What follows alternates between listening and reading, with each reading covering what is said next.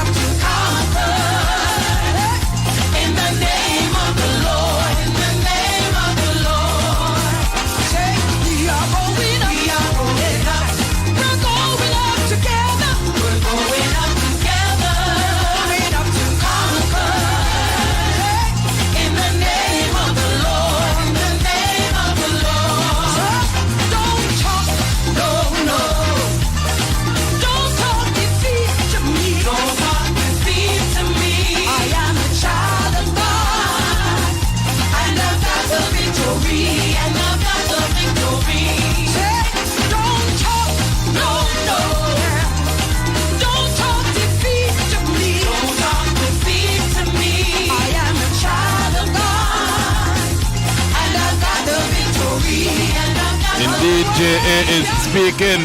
I am your host, Orrett Montague. Of course, we are coming to you live, rather, from the studios of Bess 100 FM. Of course, you're getting the better vibes. Nice lineup this morning, but we're not even itching. We're going straight in short order into the first conversation with the big man. You know we have to make the faith connection first. And we want to get you ready for war. We're not talking about the conventional bombs that Mr. Putin dropping in Kiev. We're talking about the war for your soul. The war that will require you to tell somebody that them cannot poison the atmosphere that your children must live in. Always so. We soon join the big man. Don't go nowhere.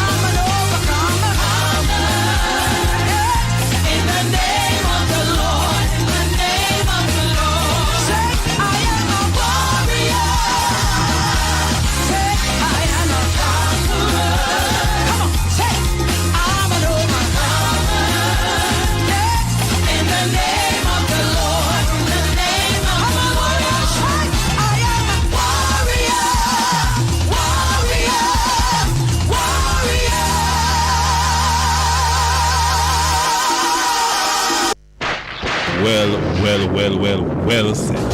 Can't say it no better myself. Can't say it no better myself. A little less volume. We're going into the conversation now with the good man, Reverend Harold Blair. There's a lot going on in our country, and if you don't know, in this segment, we quickly run through much of the items that will need to be covered. Well, that will need your attention. Much of the items that took place in the week, when I say items, I mean issues that took place in the week. We bring it under faith eye. We say a little bit about it, and then we move on to the next issue. And then we bring all the issues to the big man, Master God. We can use that to call Master God or God. It's a long time I don't hear it. Master God or God. Always sound Miss Panka. Master God or God. Always sound Fartis. Master God or God. Not bro God, Master God. And it's that big Master God that we praise. How always sound? Some people asking, then if the polls put Mr. Mark Golden at 17% favorability, then how him going to beat Mr. Holness? Bro, God. How we going to beat bro? I said, why? That is a challenge. We're running into the conversation because it's not no God him taking on. We're running into a conversation, so you must title it right. How I'm going to beat Andrew.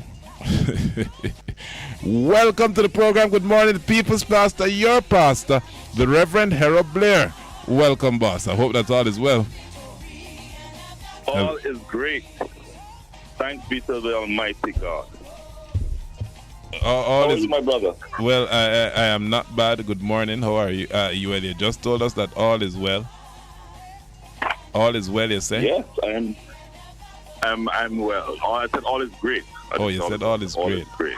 Okay. Yes. Boy, all is not so great for many in the world. And I can tell you that, at the moment, I've just spent the last 2 hours driving through Nigeria, and can I tell you something? This is a great place here in Nigeria, but when I go around, land at the airport, I see the taxi men, I see the different situations, I see the traffic. I say, thank God for Jamaica. Mm-hmm. My Lord, we are so blessed. Yes. And we complain about everything, and we don't know how blessed. I hear the opposition. I hear the opposition leader, Mark Golden, was complaining about the fact that the Prime Minister didn't say anything about the Russia-Ukraine crisis. Oh, well, I don't know what has been said and what hasn't been said. You know that song? What is true is that Russia has been bombing the Ukraine. Yes. And I hear a lot of talk. I don't see much action, and I'm waiting to see how the other leaders of the Pastor, world, I don't want to say nothing. I want them to sit down and behave and make Russia leave Russia alone. I must tell you, I would ask the Prime Minister to shut up. You know that song, Mouta Massive like Liza, girl, you hear Mama they call you. Make your mouth so long, you hear Mama they call you. Your mouth a fly, you must tell lie, you hear Mama they call you Liza. Mouta Massive girl, keep your mouth, you know it? We would advise the Prime Minister to keep his mouth. I heard a comment from the Finance Minister, Reverend Blair. No, from the Foreign Affairs Minister, my profuse apologies, Senator Kamina Johnson-Smith. I heard that she has commented saying that she rejects and they don't like the Russian action and all of that. It's true, the Russian action is very, very out of order. You can't infringe on another man's state. I don't know about declaring independence, but Jamaica definitely can't do anything about it. No. Mm-hmm. So we should shut our mouth. We should still have a voice, even though it may be a small voice. Oh.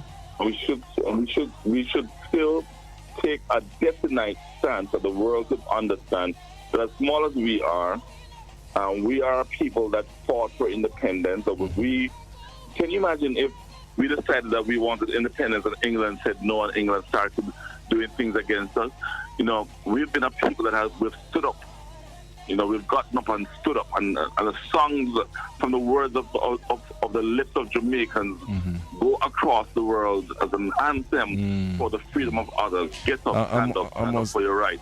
And therefore, we encourage Jamaicans, from the Prime Minister to the leader of the opposition, to speak out. Okay. That when people declare their independence, whether and this goes even to the men and the women of our own society who believe that a woman should not be able to speak to her husband as an individual and speak up for her rights. We should take a stand for the rights of people, whether they're gay, whether they are different, whether they're Christian, whether they're Islam. People have rights, and this is very important. Well, Ukraine's rights not so important to Russia this morning, it seems. She said, or rather, when I say she, I mean Russia, but it's Putin said, but it's Russia we have to refer to as she. She's saying that she's threatened, and the members of parliament there, they all voted in favor of recognizing these 2 breakaway regions in the Donbass as independent. So by your argument, we should be saying, okay, they're independent, leave them alone. And they have the right. Please, let's not forget, when the Soviet Union broke apart, several places stepped out, like Georgia, for instance, and said that they were becoming independent. We know that Russia had their problems with Georgia and stood up against them for many, many years. And now they stand against Ukraine. So as people of freedom around the world, I watched a documentary on Martin Luther King last night, and his dream was for people to be free. So likewise, I myself and others around Jamaica and others around the world should be standing today to say, we know that you are a mighty power, but if we allow, whether it be America, Russia, or China, because of their greatness, to rob others of their individual freedom, then that would be wrong, because the small countries must have a right too. Okay, boss, but the point I was making was, we don't know who will determine what a small country is and when it is independent or when it has that right, because clearly the Russians believe or have said that these 2 breakaway regions of Ukraine are no longer Ukraine because the people there want their independence. Well, in that case, then there might be something for discussion, and we need to have a place of arbitration that can make those determinations. That place is the United Nations, and the United Nations hasn't supported this argument. But we really can't stay on the Russian issue. I know that it is one that can draw our attention all morning, but things go on in Jamaica that probably needs our attention too. You heard that the young man who attempted to escape from the correctional center passed away. The Metcalf Streets Secure Juvenile Remand Center, he died this week. Yes. That's rather sad, and I myself am involved in the correctional service with the youth, and when I heard of this, I was rather perturbed, because we have a responsibility to hold them. We have a responsibility to take care of them in our custody, and it's just a rather sad situation. I don't know how their board is responding or how the minister is responding, but at the end of the day, I asked the question very seriously as to whether we should be taking such action against one if they do escape. Is it the policy? And if that is a policy, what are do the people know what the policies are? Does the staff know what the policies are that need to be carried out during certain situations? I, for one, when I attend my next board meeting, will bring that up to the group that I'm a part of, to ask that question, so that will not happen at my facility. Well, it really is a sad state of affairs. We need to look after our children. That is for certain. It was the Armadale file, in my mind, that was most shocking. We spoke to the people from Jamaicans for Justice about it about 2 weeks ago, and we're shocked to know that up until now there is still no real information forthcoming as to what type of situation the children there were living under. We'd want to know the same thing now about the Metcalf Center. We want to know what type of situation the children are living under. and what type of policy the guard man or the police or whoever it was who opened his weapon, I know it was, but we won't get into detail. We would want to know what rights he had to do so. I would also want to know what was the reason for the young man being there. Because that's a very important question. You know, when you work in the prison system, you recognize that some are inmates of concern and others are inmates that we're not so concerned about because they don't offer much risk. And even if they're trying to escape, you know, I've been involved with several inmates who have escaped in the past in another country. And we were able to work with them towards rehabilitation, towards seeing them out of the system, because we know at the end of the day that they are not an armed and dangerous criminal. But, you know, policy is what we have to look at. It's just a sad occasion. It is. Some real quick other things in the news we're hearing that there is a statement coming from the lady who heads the household workers union, Shirley Price. She has said that a lot of the people in her union, a lot of housekeepers and helpers who have joined the union are saying that they're coming under sexual harassment. That the boss trying to, yes, I don't know whether it's an increase. Isn't it something that is often common here? Forgive me if I'm wrong. I don't know. I don't want to call Jamaican men nasty. I'm just saying that when people get help. I want to say this. Yeah. I want to say this. Our culture is ripe for this kind of behavior, and it is something that needs to be looked at in all sectors of our society. I pray for the women of our country, starting with the very little girls, because of the way our culture has placed women oftentimes only as sex objects. Sometimes I also rile up against a woman because you're walking down the street and a guy starts talking to you and tells you what he wants to do with your body, and you turn around and smile with him. Doesn't say much as to the right response. Because if that is the response, then at the end of the day, it is saying to men, continue with your behavior. All of us men hopefully love women, but we should also respect them. And if you've made a mistake in one way or another at any point in time, you still have time to straighten up and say to yourself, a woman is not a sex object. But as you and I have been talking about for months, our culture, our sex culture is a very dangerous one. We see over 8,000 teenagers getting pregnant every year, teenage girls. We see the music being raunchy, dirty, nasty. And I've had to walk into bars and places during the evening, 5 o'clock, 6 o'clock in the evening, where they're playing all kind of music with P words and F words and everything while children are walking around. And I'm making a personal call to the police and to civil society that those things be dealt with. I'm asking us, I'm asking the leaders that if it is seen that you step in right away, not just the leaders, any Jamaican. And when I saw it happen this past week, I stepped into the bar and I said, this is 5:30 and children are outside in a plaza, and the music is very derogatory towards women and very nasty for children. And they turned it down. I find that people can listen, but we need to take steps. You've often mentioned, more than I have, the music on the buses.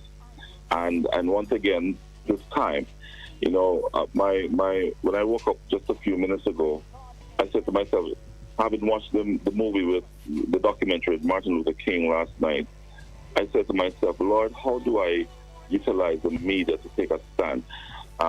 It is not just about going out and being on a program like this, but it's about getting others together, bringing women on board, bringing pastors and civil society together, and saying to our leaders, we will no longer tolerate a car driving down the road with music blaring.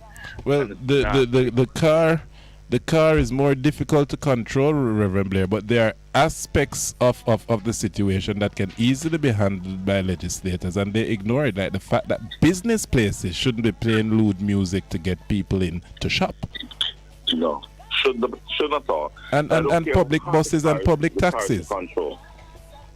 Yes, I agree with you, but I'm saying it once again. I don't care how hard it is to control the cars. We must control them. Although a man's private car, though, you might be pushing into bounds if a man, unless it is that the private. Take your cameras out, videotape it.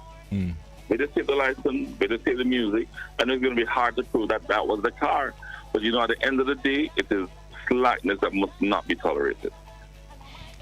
Okay, well, we have to just quickly cover the other two because time is up against us. The minimum wage went up this week. I wanted to bring that to your attention. And the fact that over the next few weeks, months, we're likely to see some steep increases in prices. Because of the... Well, you know how I feel about that. The prices are going up. And even if you raise the minimum wage or raise other people's salaries, we're in a cycle where, you know, the price of the gas, the price of the food, and the price for everything else, the JPS, the water bill, is now getting beyond what most people can afford, even if you raise the minimum wage.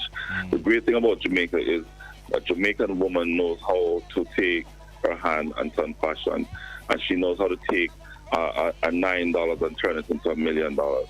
I thank God for Jamaican women, but at the same time, I ask our leaders and our business people, because at the end of the day, I know everybody wants to make money. I know every company, and we need some example from the huge corporations, the JPSs, the Digicels, the NCBs, and the Scotiabank. We need some cooperation from them to say, okay, people, we do need to raise, because they have shareholders that they have to look after and are responsible to regarding their monies. But we do need to hear them say publicly, we recognize that this season, these last 2 years have been rather difficult. Many companies have closed. Many people are struggling. Yes, thousands are still working, but with the cost increases that have gone up, I want to hear some companies say, we're going to do our very best. We have to look at our bills. We have to look at our situation. We have to speak with our shareholders. But we're going to do our very best for the people of Jamaica. If any of them can do that, I guarantee you, I will get on a mic somewhere and tell people, go to that bank, support that bank. Indeed. I will tell people, go to that store and support that store. Indeed. Because if they can support us, we will support them. Same, sir. And by the way, the minimum wage, yes, is the increase has been necessary. I spoke with someone this week and said, do we ask for more? And the person said, we have to be realistic.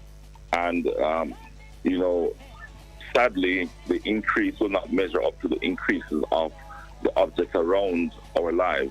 True, but it's a step in the right direction. Yes, very much so. Very, very happy to see it. I must tell you, very, very happy to see it. I'm not even going to cuss them for it this morning. I'm just going to turn to pensioners, because pensioners are crying out now. They've been crying out for a long time. The pension has to go up. But we'll deal with that another morning. You want to pray for the people so that we can... I want to pray for the people, but I want to say one more thing very quickly. You and I work together to help parents. So let's talk to parents for a second. Parents, our shortfalls must not be the shortfalls of our children. So teach your children now to save for the future. Teach them about insurance. Churches, bring in people to talk about insurance and the future, because if the children can start doing things now, they will not be dependent on the coppins that they get later on in life from the government and from the social security system. Father, in Jesus' name, I just thank you for this opportunity to be here one more time. I pray for every person on the road this morning as they go to work, as they enjoy the clarity of the air in Jamaica compared to what I've seen here and around the world, as they enjoy the blessings and the cleanness of our streets. Oh God, we are indeed a prosperous nation despite the fact that we complain so much.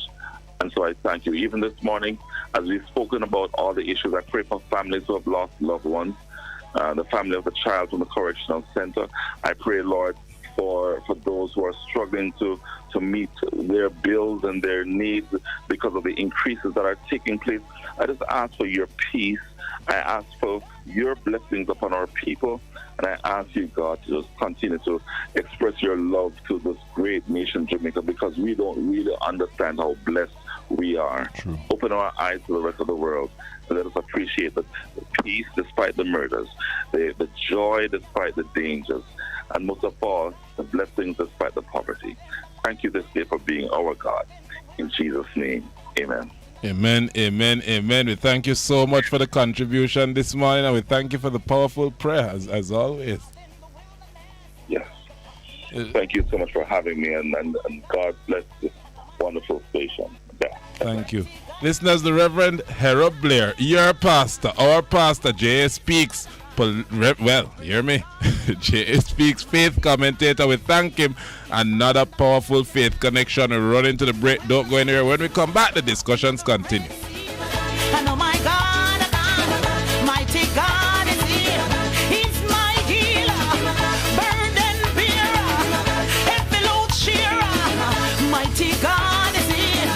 Mighty God is here. When I'm feeling. We'll be right back.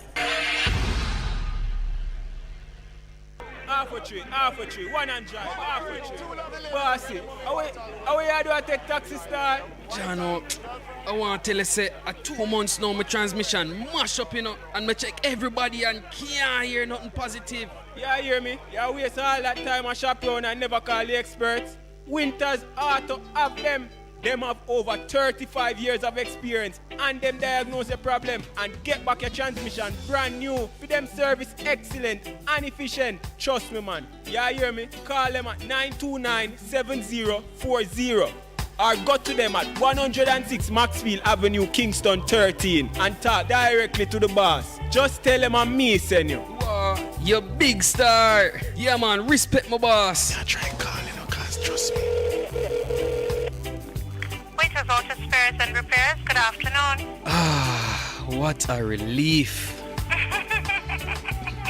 For a better choice in all your electrical supplies, A, authorized 3M dealer and better brand names. B, better service including free island-wide delivery. C, all major credit and debit cards accepted. It's ABC Electrical Sales. Shop number 8, Hagley Park Plaza, Kingston 10. Open Monday to Friday, 8 a.m. to 5 p.m. Saturday, 8 a.m. to 4 p.m. We make your electrical jobs as easy as ABC. Call 754-382-528 or fax 754-3659. ABC Electrical Sales, for a better choice. The station that makes you feel good. I love the station. I think it's great. My station. Moving. My station. Moving. Keep it right here. Keep it right here. Bess FM. Keep listening. For many decades in Jamaica, when Black History Month is being celebrated, we learn it through the confines of slavery. Amidst the facts and fictions of what we see and hear, the question keeps surfacing. Aren't there truth and traditions in our history? We will attempt to tell the story of a people, a royal bloodline, a holy priesthood, and unbroken lineage. We will share with you our truthful story on Bess 100 FM. Up you mighty race, accomplish what you will. Let's return to truth and traditions. Right here on Bess 100 FM, bringing it to you truthfully. He's coming back. Yes, indeed, it's redemption time with Apostle Clive Campbell, presenting a life-changing, life-challenging message to encourage, inspire, and motivate you towards your destiny. Every Tuesday night from 9:30 p.m. until 12:30 a.m. and on Saturday from 9 o'clock until 10, right here on Best 100 FM. It's redemption time. I'm standing firm.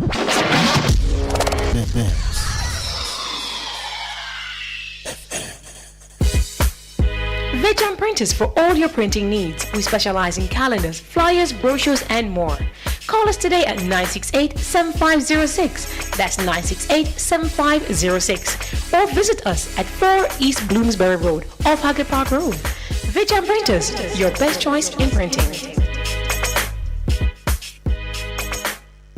It's good, it's better, but nothing beats.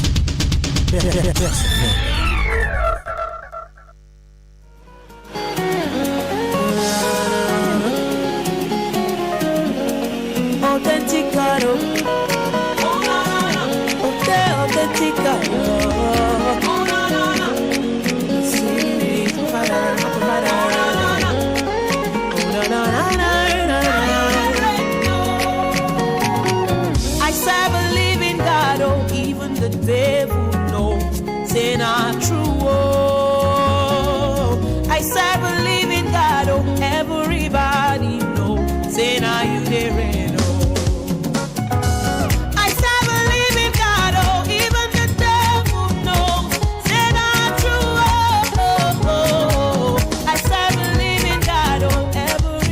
Yes, we serve a living God. J.A. is speaking, and we're coming to you live from the studios of Bess 100 FM. I am Orrett Montague. We said morning to a good friend, Mary Lynch. Mary Lynch just told me some depressing news. I must tell you, you hear, if you don't hear, apparently a 4-year-old, 4 years old, a 4-year-old boy was locked in a car, she says, in Rollington town, and is dead. Them can't charge nobody in this one, I don't know. They didn't charge anybody the last time. So we'll see if the people in Rollington town will get away. I hope it's not a trend somebody set. I hope some sinister persons haven't now thought to themselves, here is a way we can get rid of the children. It would be very unfortunate indeed. We're going to find out more details about that one. But Mary tells me she's caught up about it, and we all should be caught up about any story like that. I say morning, I hope all is well. We say morning to Shernette out in Old Harbor. Shernette, turn your cheek. Morning. We have to say morning and a hefty morning to the principal of the Old Harbor Primary School. As you know, we had a conversation with him last week that stirred a lot of conversation among you. So we say, morning, Mr. George. Good. We hope that all is well. Big up yourself, boss. We serve a living God indeed. Panka, you serve a living God. Morning. Move your waist. We say, morning, Sandra. How you do? Turn your cheek. Morning. You serve a living God. If you're on your way to work this morning and you know you earn more than the minimum wage, be thankful. And consider that there are persons earning the minimum wage. And the minimum wage this morning is not the same that it was last week, Friday morning. So we're sort of grateful. We know that a lot of decent people were already paying about $10,000 a week. So now we encourage the people who own some of the wholesales and the retail shops. We must also suggest, I don't know if you follow international politics, but there in South Africa, the young man we often tell you about, Julius Malema, he's on trial again, this time over hate speech. The court is considering whether a statement that he made in a song, it's a song, the boss keeps saying it's a song, but the song say kill the Boers. The Boers, the term given to the white invaders of South Africa who conquered the place. So Malema was on platform singing him song Kill the Boers, and he's now been dragged to court by an organization that looks after white people's rights. And it's not pretty. It's not pretty, I must tell you. So we're watching that one. We're watching that one there. We're going into the conversation with Mr. Edgerton Newman, the head of TOTS, a big voice in the public transportation sector. You're a union man. Welcome to the program, morning. After this conversation, we try to have a conversation with Granville Valentine, the head of the NWU, to talk about their response to the minimum wage increase. Welcome to the program. Good morning, Mr. Valentine. This is another union man. Apologies. This is a new man. Good morning, Mr. Newman. Good morning, Sir Montague. Good morning to your listeners. Bless. I thought you were playing some Ukrainian music this morning. Ukrainian music. Well, we're in solidarity with freedom and the defense of human rights and ensuring that democracy prevails around the world, but we're not big enough to bad up nobody. It's what an unfortunate situation over there. Mm-hmm. And you're going to have some rippling effect. In fact, it's already started to have the effect on our country, Jamaica, and in my neck of the woods in terms of fuel. Mm-hmm. And so we are in a precarious situation right now. You agree with me that it's time for us to get rid of gas? I've been saying this for some time. People don't listen to Orrett until it gets too late. I must tell you, it is time for us to get rid of gas. Our country needs not depend on gasoline and on crude oil to power motor cars and our power stations. That is so true, Sir Montague. We need to restart that conversation. Matter of fact, we had it some year or so ago. Talk about the new type of power motor vehicle, and I think we need to go there now. Well, charging time moved down to 30 minutes now, you know. Yes, and people are putting up the charging pumps all over. Yeah. You know, so I think we need to have a discussion on that and see how we can get the loan to buy But the your vehicles. government, your government knew. Well, your government has had to contemplate this long before now. And I must tell you, the reason why they continue this dedication to oil is because them thief. Yes. And they want the oil to tax us on the oil, indeed, so they can get the money to run to do all sort of foolishness. They want to thief. They want to I'm not thief. going to use that word. That word is a little too small to use. Small. Oh, we You know, don't call but- thieves criminal in Jamaica. Yes. Well, they are criminals. Yeah. So because they want to continue to be able to carry out this crime at Petrojam, and you don't need to ask. You say, Wally Pite the other day, this crime at Petrojam, they haven't sought to move away from gasoline and crude oil. But your people going to want to increase the price. They're going to throw the price on us. Tell me. Yes, we might have to do that in the long run, not right now. We might have to show the increase on the consumer. I'm happy that the government sees fit to give something to the to the minimum wage, because it's going to be taken back by people like us. Mr. Newman, we just say a while ago upset enough. Mr. Newman say it's a good thing you get your minimum wage, because the taximan and busman coming to take it back. And I must tell you, you're right, $2,000. Montague, the barrel of oil is now for $120. If it continues to increase, looking at what is happening in Russia, Ukraine, they're going to have to dig out more. Because you cannot expect the taxi owner and the bus owner to be going into nothing to take out something to keep the vehicle on the road so that we can charge the same price. I'm telling you, a review is coming. And we have to brace for everything. Just like we brace and buy the increased chicken and the increased price flour and whatever. We have to brace for travel. The time has come for the public, for the government to tell the people the real cost to travel in this country. And what they can do to address that is to reduce the tax on gas. The government can do something.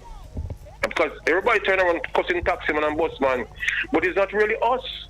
Because if we don't put gas in the vehicle, we can't take it from where we to carry our Timbuktu to get the liquor works to get the minimum wage. True. We must understand that. True.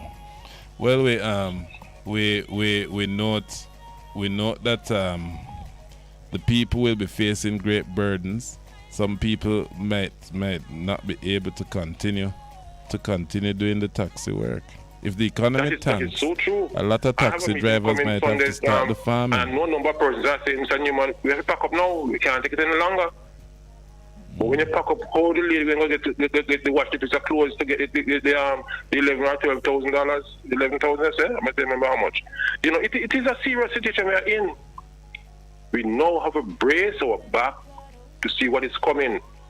Right? Yes, we are concerned about the 26 children in Ukraine, but there are more serious things coming our way from that war that is taking place just now. But I want to say we are getting somewhere. We launched a program last week. I know some of my members don't like it, but we launched a program that will give our sector a little pittance extra in terms of benefits and in terms of pension. When they reach 65, they can still maintain themselves, and housing loans and vehicle loans. We are getting somewhere, but we want the government to chip in now and do their part to make the sector a workable sector and one that people can travel, to school, work, and play. So we are on the right trajectory. Well, I know that you have the ears of the transport minister. You must tell him that his vision of this living wage can come true if he continues to get his government to do this type of increase regularly. We're grateful. And you're on this morning because I want you to tell your members on behalf of the JaSpeaks public that we're begging them to absorb as much of the increase as possible. And I fully agree with you, and I endorse it, and I will pass on to them. You listen to what they have been saying to me, even up to this morning. I don't know if you get it, but they have been accusing me heavily. But I'm trying to do the right thing by encouraging them to keep going. And, it is not an easy road. But if Minister Shaw, listens to us, and he does listen to us, will do something to address the cries of the sector, then we are on the right track, my brother. And, there's no need to worry. And we're not going to hike no fares, as people are saying. No. The fear in the cooperative area. Well, the people are hearing the people are hearing rumors that you have another fare increase looming, and you told us that your conversation with the minister has been heading in that direction. So we have to ask. I want to retract a little bit of that this morning by saying that the minister alluded to a review. A review of the fare. That can take a year or two. Okay. I hear you. It's not a pending increase, a review of the fares. Okay. It could go down, but we are saying it might go down where? We have to tell the people the real cost of travel. Indeed. I thank you so much for the conversation. I'm glad to hear you retract something that was said, because it made news everywhere. It was making news everywhere. Thank you for the contribution. Thank you very much for having me, Sir Montague. You have a blessed day, my brother. You too, boss. Mr. Edgerton Newman, dear listeners, head of TOD's big union in the transportation sector. And we're going now to the big union, the National Workers Union, and its General Secretary, Mr. Granville Valentine, because we have to talk about the minimum wage increase. Some say hike, some say we'll hear what the union says. Now, welcome to the program. Good morning, Mr. Valentine. How are you? Morning, and morning to your listeners. God is good, eh? But, a lot of us are just merely alive. God is good, you say?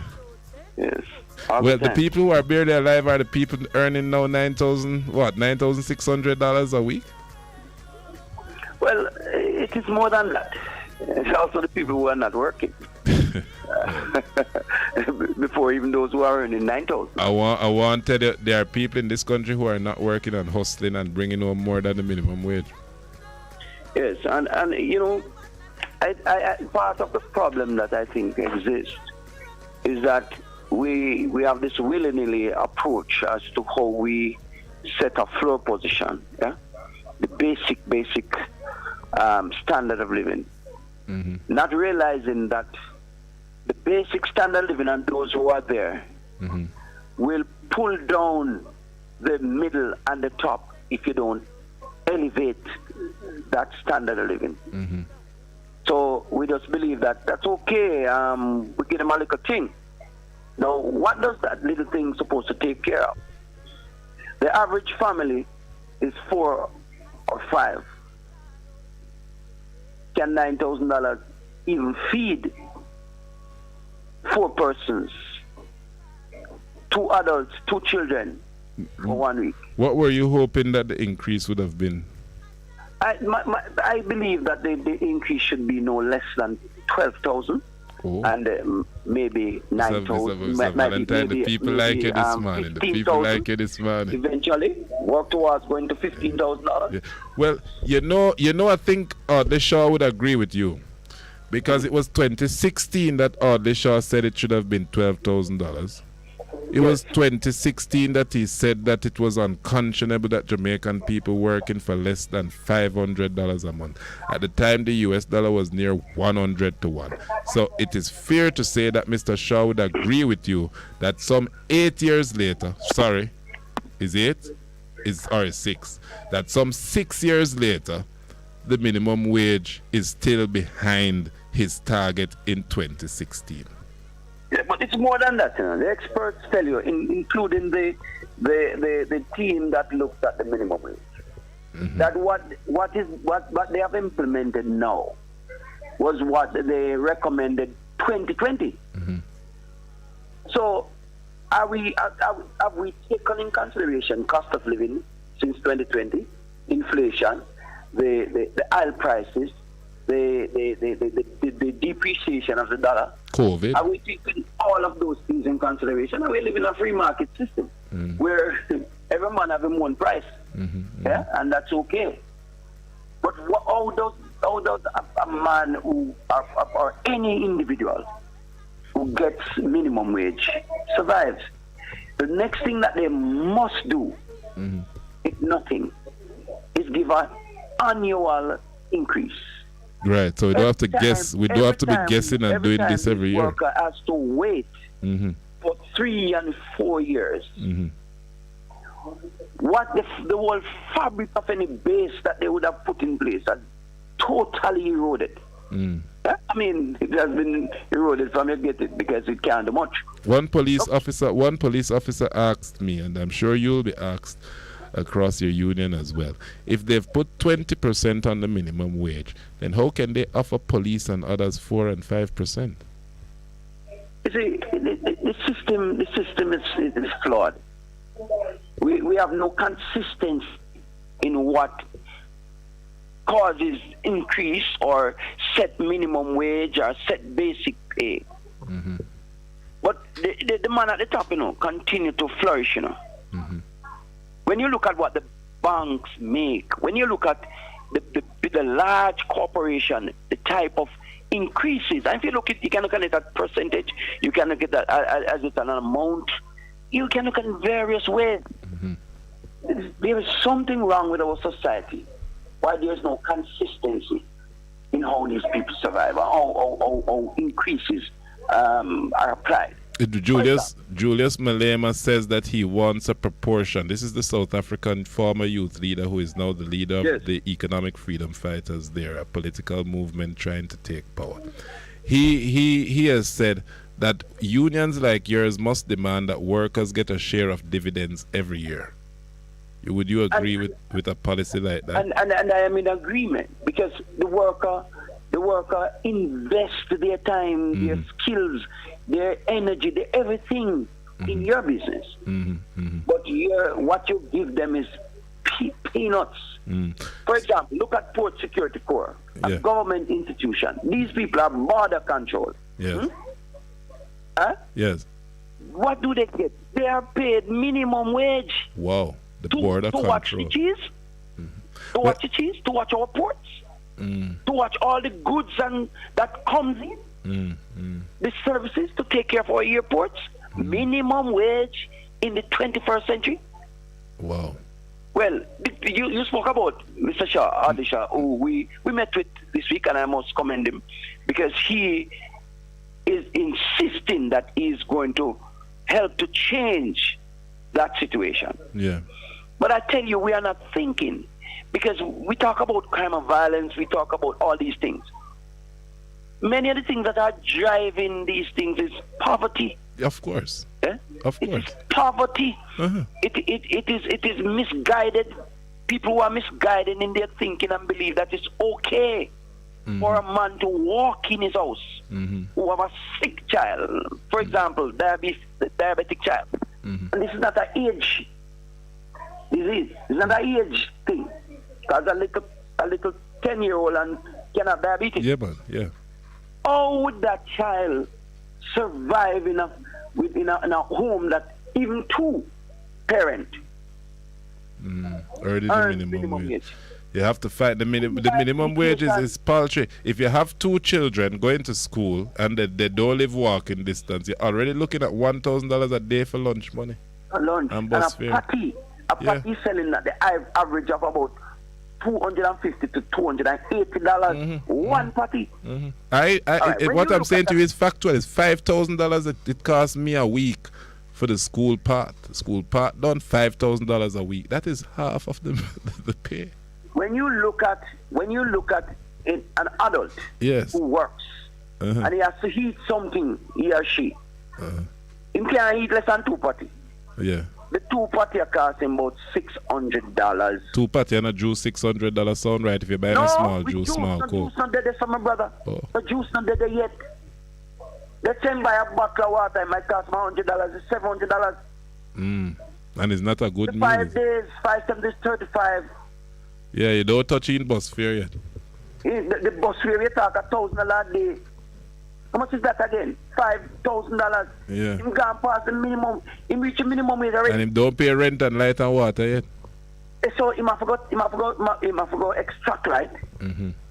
I like how you put it, boss, extra. Water, and him have to go live in a shack.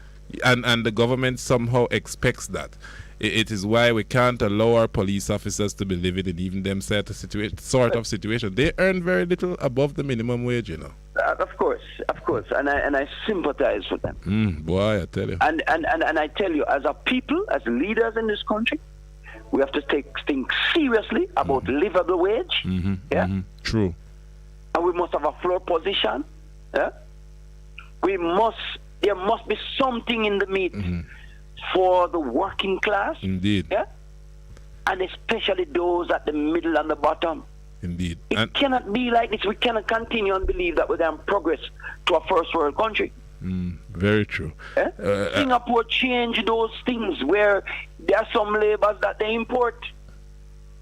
True. Because the standard of living is raised from the bottom up. Yeah. And we need to be heading in the same direction. We can't do it on low salary. We have to thank you for the conversation this morning. We must be running to the 8 o'clock. It's my pleasure, my brother. And I am willing to make any sacrifice, any time to partake. Yeah, we're looking at salary review now, and that is going to be one of the way forward, because we have to look at the minimum standards, and we have to look at what is happening throughout. One listener is commending you for the annual thing. Yes, it is something I've heard Mr. Valentine say before. The annual thing. Can you push for it so that we have a certain date when every year the people must hear what the increase is? To the Confederation of Trade Unions, and we are all there pushing that. We are pushing at the Finance Ministry. We are talking to the Minister of Labour.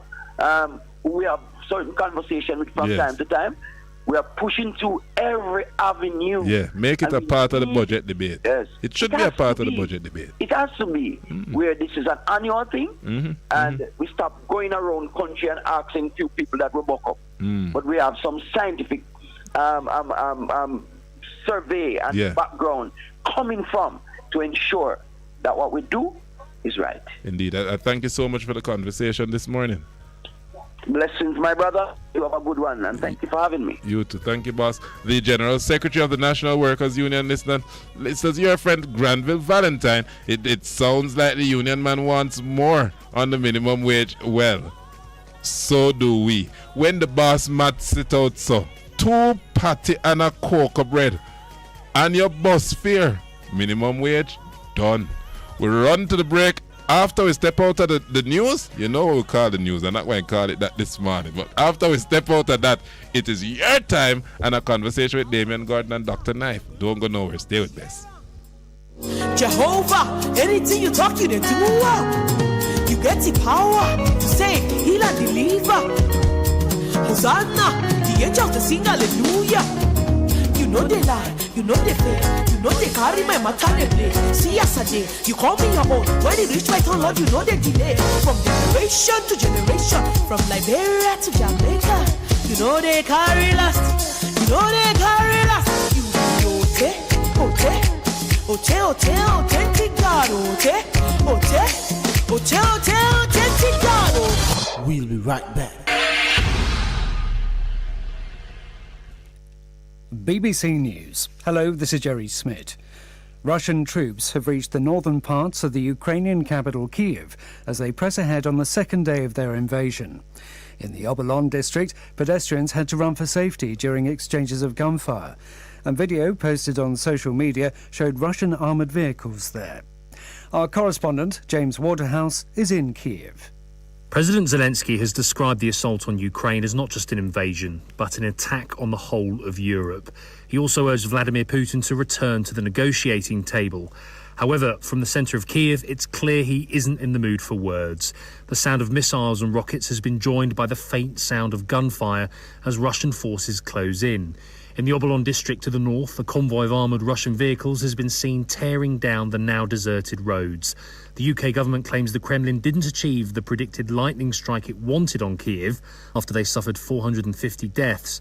But this military chokehold on Ukraine has caught many by surprise, and it's getting tighter. The Russian Foreign Minister, Sergei Lavrov, has said Moscow is ready for negotiations at any time if the Ukrainian army surrendered. He claimed Russia was freeing the country from Western oppression. His words are spoken by an interpreter. We are interested in seeing Ukrainian people independent. We want them to have the government that would represent all the people in all their versatility. And we don't want to have a situation when it is run from abroad, externally, and this management, this control wants to encourage neo-Nazis and genocide of Russians. The Ukrainian President Volodymyr Zelensky has urged the European Union to impose tougher sanctions on Russia in response to its attack on his country. He said not all possibilities had been exhausted and the pressure on Russia had to increase. The French Finance Minister, Bruno Le Maire, said the EU intended to cut all links between Russia and the global financial system, with the option to exclude Moscow from the SWIFT global interbank payment system a last resort. The President of the European Council, Charles Michel, said a further package of sanctions was being prepared. United Nations agencies have warned that Ukrainian civilians who've left their homes to escape the fighting are facing shortages of fuel, cash and medical supplies. Large numbers of people are on the move, fleeing the advance of Russian forces. The UN Refugee Agency estimates about 100,000 people are already displaced, but believes up to 5 million could try to flee abroad as the conflict escalates. Hungary's foreign minister has said there are queues of cars up to 5 kilometres long on the Ukrainian side of their shared border. You're listening to World News from the BBC. Ukrainian officials say they're recording increased levels of radiation at the former nuclear power plant at Chernobyl, which was seized by Russian troops on Thursday. The Russian Defence Ministry says the radiation level in the exclusion zone around Chernobyl is normal. Britain's Defence Minister has rejected calls to impose a no-fly zone over Ukraine. Ben Wallace told the BBC that if British jets were to directly attack Russian aircraft, it would trigger a war between Russia and NATO across Europe. He promised, though, to do everything in his power to support Ukraine by helping fulfil requests for more military equipment and aid. The United Nations has condemned the arrest of hundreds of anti-war protesters in Russia. The authorities broke up protests against the attack on Ukraine in more than 50 cities on Thursday. About 1,800 people were arrested. In Moscow, over 900 people were detained and more than 400 in St. Petersburg. The military action also triggered an outpouring of condemnation on social media. European football's governing body UEFA has moved the venue for this year's Men's Champions League final from St. Petersburg in Russia to Paris following the invasion of Ukraine. The match is the biggest club game of the European calendar. Danny Eberhard has more details. UEFA's showpiece game will now not be staged in the Gazprom Arena, the home of Zenit St. Petersburg, which is owned by the Russian state-controlled gas giant. Gazprom, unfortunately for UEFA, is a major sponsor of the tournament. The new venue is Paris's Stade de France. UEFA has condemned the Russian invasion, stressing its commitment to what it called common European values and its solidarity with Ukraine's football community. Commercial considerations and the views of other sponsors were likely to have also been a factor. Danny Eberhard, BBC News. The station that makes you feel good. I love the station. I think it's great. My station. Moving. My station. Moving. Keep it right here. Keep it right here. Bess FM, keep listening. One in. A hurricane we name. Are we rough? Whether we are man hurricane or woman hurricane. We want you to know that. We come here for mash up building, blow down things and take life. Flood out place. We no ramp. We no respect no one. So no take no chance with we. Listen to Adprem and prepare. Hurricanes do happen, so be prepared. Yes, be prepared. A message from the Office of Disaster Preparedness and Emergency Management. The Morning Connection is pleased to join hearts and hands with the other members of the Best FM family to celebrate Black History Month.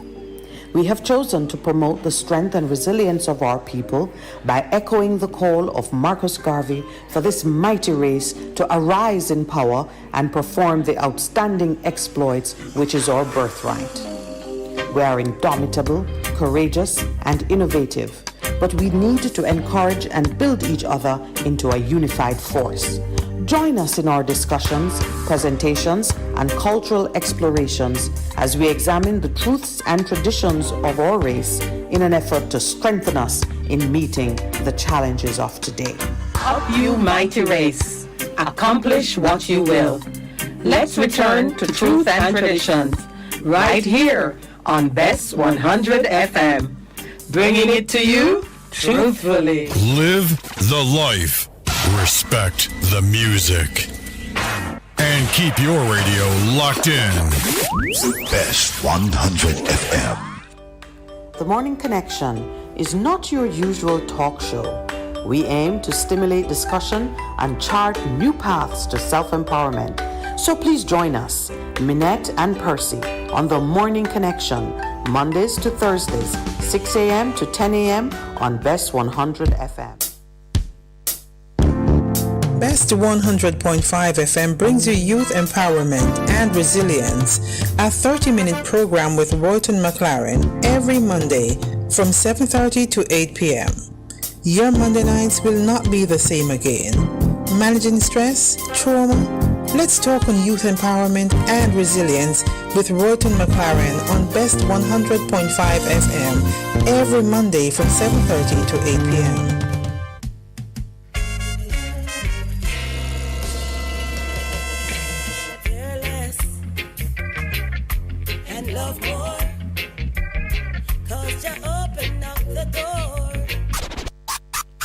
Live, camera, volume. Live It Up Fridays on Best 100 FM, 10 a.m. to 2 p.m. with I, Ibi Lion, each and every Friday, giving you the better vibes heard everywhere. Some things that watch me fly on Jamaica.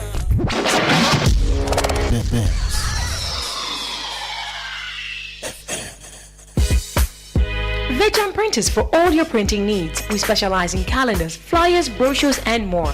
Call us today at 968-7506. That's 968-7506. Or visit us at 4 East Bloomsbury Road, off Haggard Park Road. Veg Printers, your best choice in printing. It's good, it's better, but nothing beats.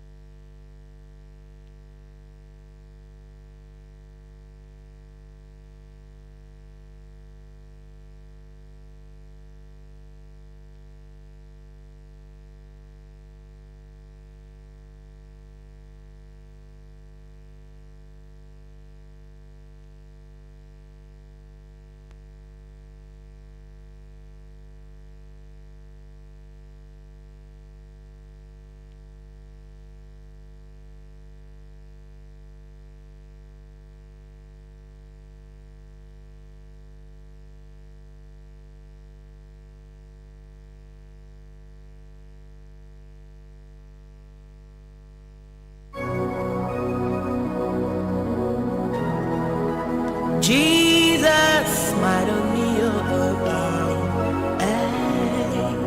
open the memory. Butterflies in the belly, open a summer. See the way you love me, see the way you care for me. You carry my matter for your head. Like a little baby, you watch over me, yo. You know they carry me, they play.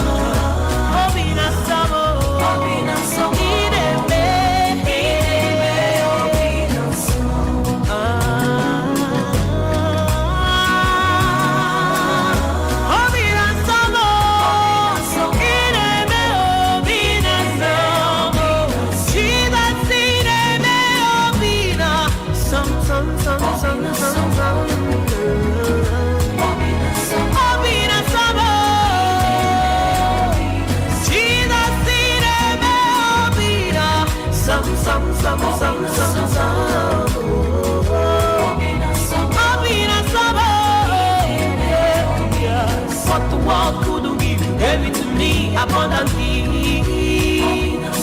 abundantly.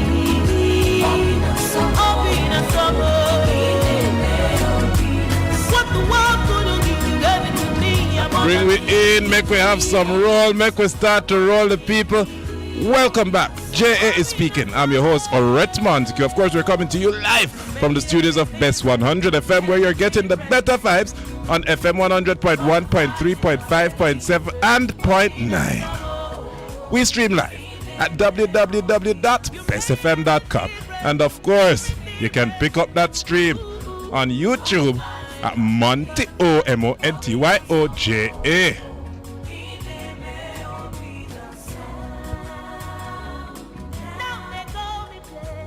Because of Jesus Christ, oh.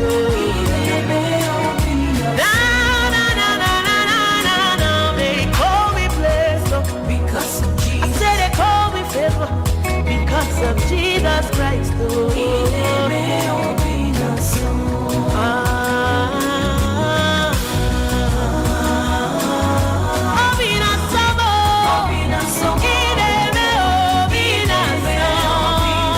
So you know, there's an argument going round that your government was quicker to bring in man that was convicted on picnic crime in the Middle East than to bring in the students from the Ukraine.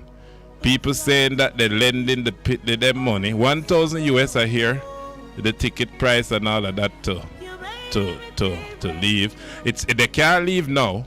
They can't leave. They can't leave by plane. Can't leave by plane because Mr. Putin mash up all of the airport them over there. In case you didn't hear, Mr. Putin don't want. You say Ukraine have 30 is how much aircraft? Make a look. Yes, they have 98 aircraft, and Mr. Putin don't want them to have the ability to put those 98 aircrafts in the air because he has 1,500 aircraft that he have to protect. I don't know. So, him don't want them to lift the 100 aircraft that they have. When I say aircraft, I mean fighter jets. Fighter jets. That is why Jamaica mustn't get involved in this cockfight. Jamaica is right, though, to be on the side of democracy and to say that no country should infringe upon another's sovereignty, and that decisions about genocide can only be made at the United Nations level, so that no one man can get up and say genocide are going over this, are going to stop it. Yes, outside of that we're done. We can't be getting involved.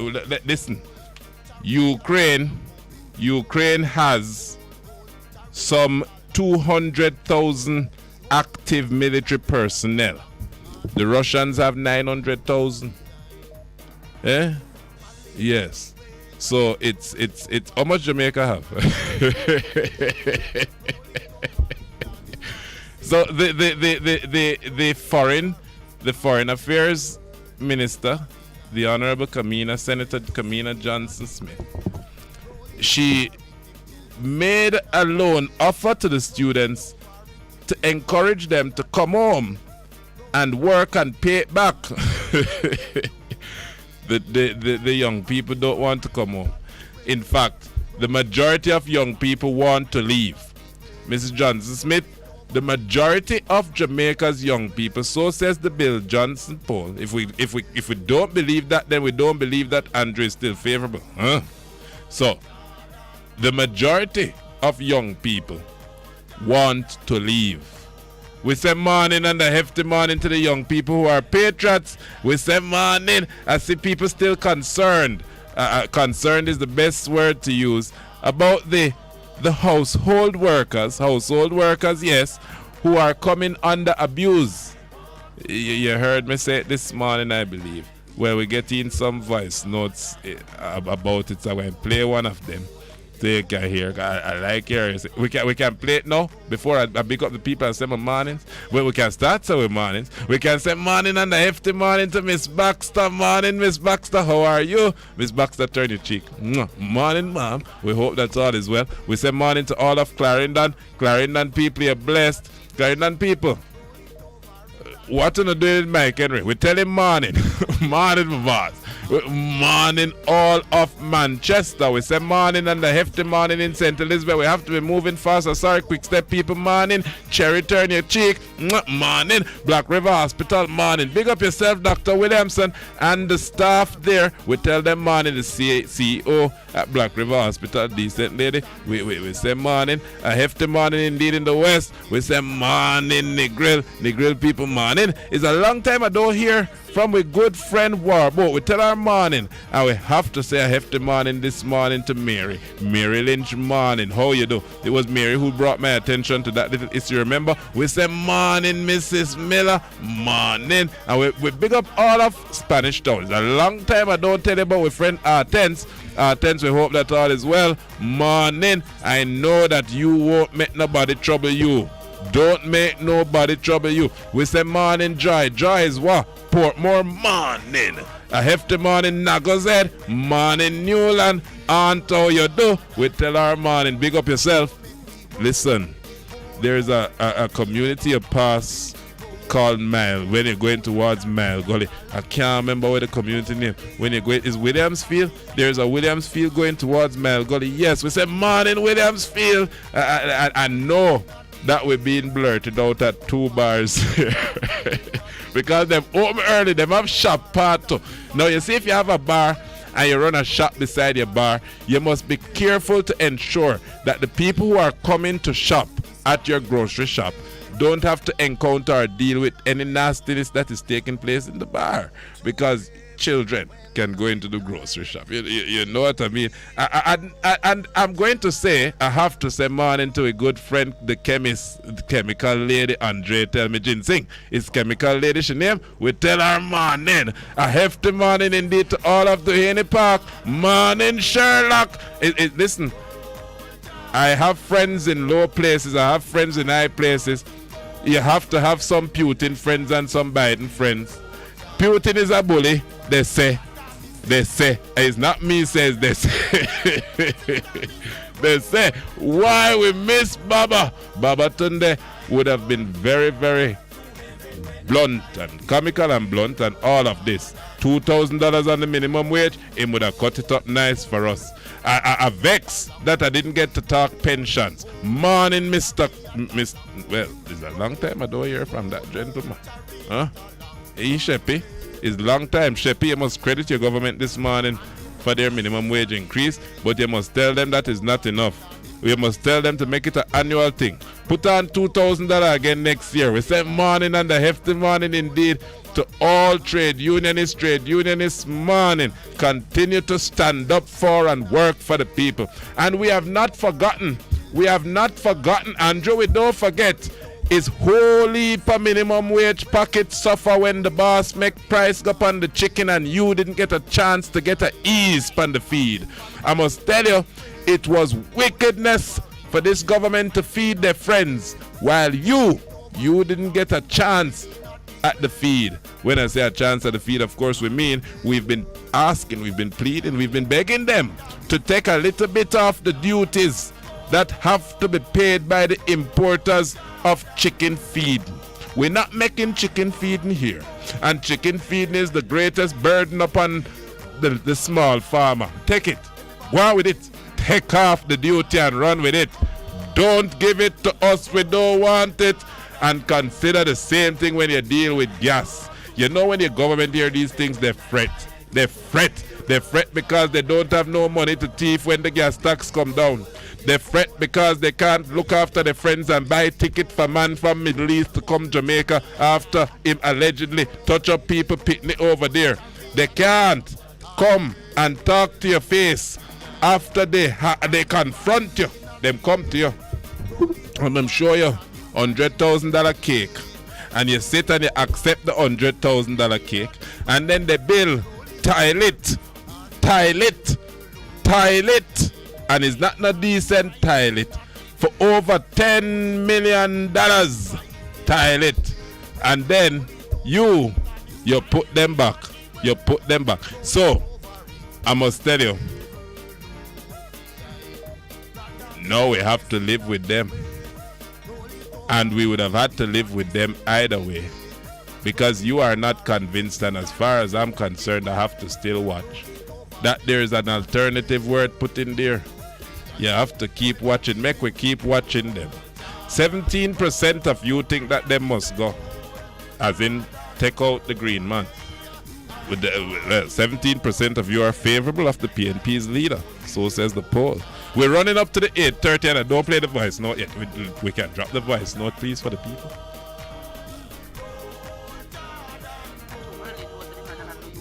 And he can win rat's ass. So true, Merlin knows that the man have no use. And he... Monty, running. Why not for the boss and do it now? The wife for the married to can't cook, can't wash, can't do nothing. And then they might get clean clothes, and they so they clean clothes, wash clean and pretty, good food, and everything nice to them. So they must say can. Never something that can do something so good. You know, might as well. Monty, morning. Why not for the boss and do it, you know? The wife for the married to can't cook, can't wash, can't do nothing. And then they might get clean clothes, and they so then clean clothes, wash clean and pretty, good food, and everything nice to them. So they must say can. And if it's a woman that can do some things so good. You know, might as well me go and sleep with her too. That's why when I look work, I look work with woman alone. Yes. She says she look work with woman alone.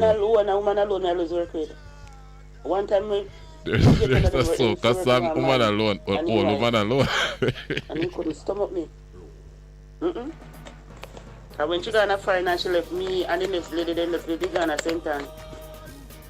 And I go up on the road and come back, man, I come tell me say me to write him letter. Me tell him I write him no letter because I love him, I like him, and I look here. You have some decent man, and you have some of them where then we go take up woman who can wash, cook and clean. Then take up pretty looks and put in a house, you can't neither 7 or 11. And when they get somebody to come work with them, they want double work, double job. They out harder. You see, I don't mind my good friend Sharon. I thank you very much for the advice now, Sharon. I'd say woman alone. She say if she looking domestic work, she only working for woman alone. Cause some of the man them only pick up pretty woman who can cook, wash and clean.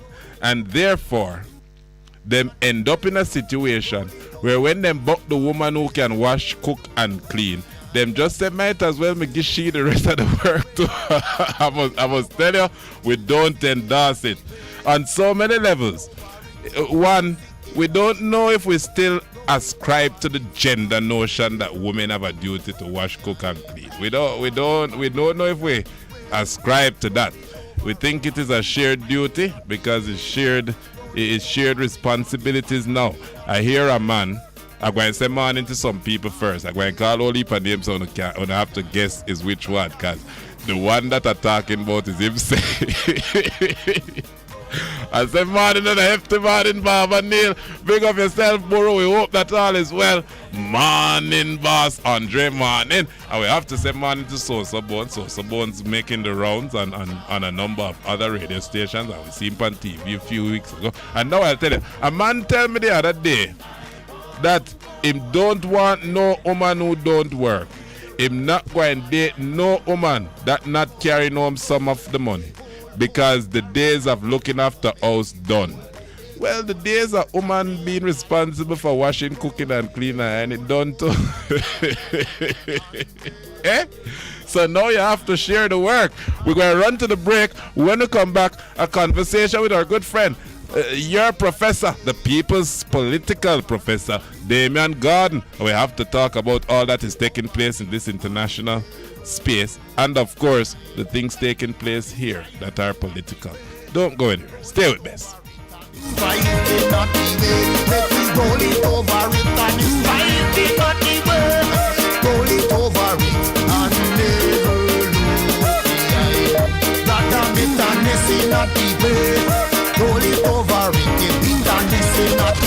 We'll be right back.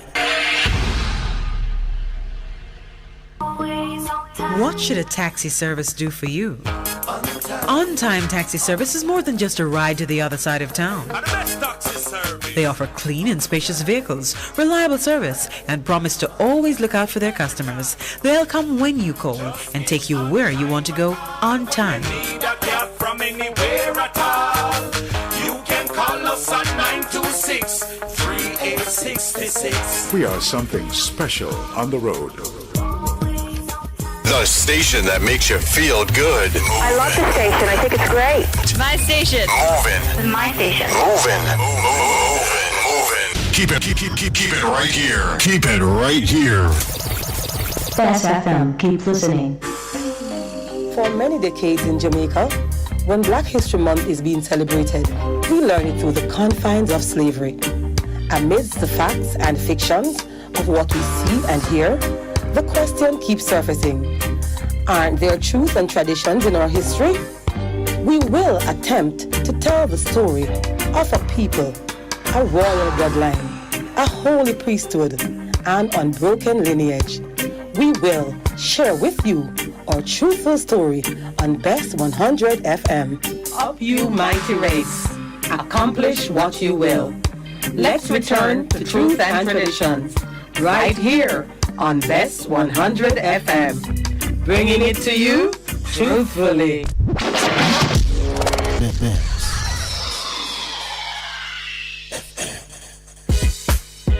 Vejan Printers for all your printing needs. We specialize in calendars, flyers, brochures, and more. Call us today at 968-7506. That's 968-7506. Or visit us at 4 East Bloomsbury Road, off Haggard Park Road. Vejan Printers, your best choice in printing. It's good, it's better, but nothing beats.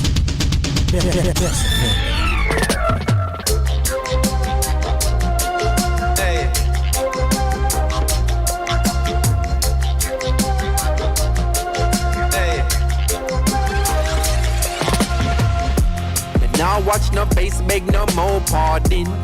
Enough drugs, money they a cherry garden. Enough individual society applauding. You can ask anybody where them get them starting. But no politician take a donation. So no criminal will never see a station.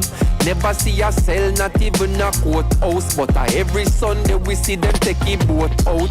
North Coast Resort and we eager for the boss or for Chronics to pick up a Grammy. You're tuned to Best 100 FM JA speaking. I'm your host, Orrett Montague. And I know, man, we said the boss or Chronics to get a Grammy. You don't know the boss power with Chronics?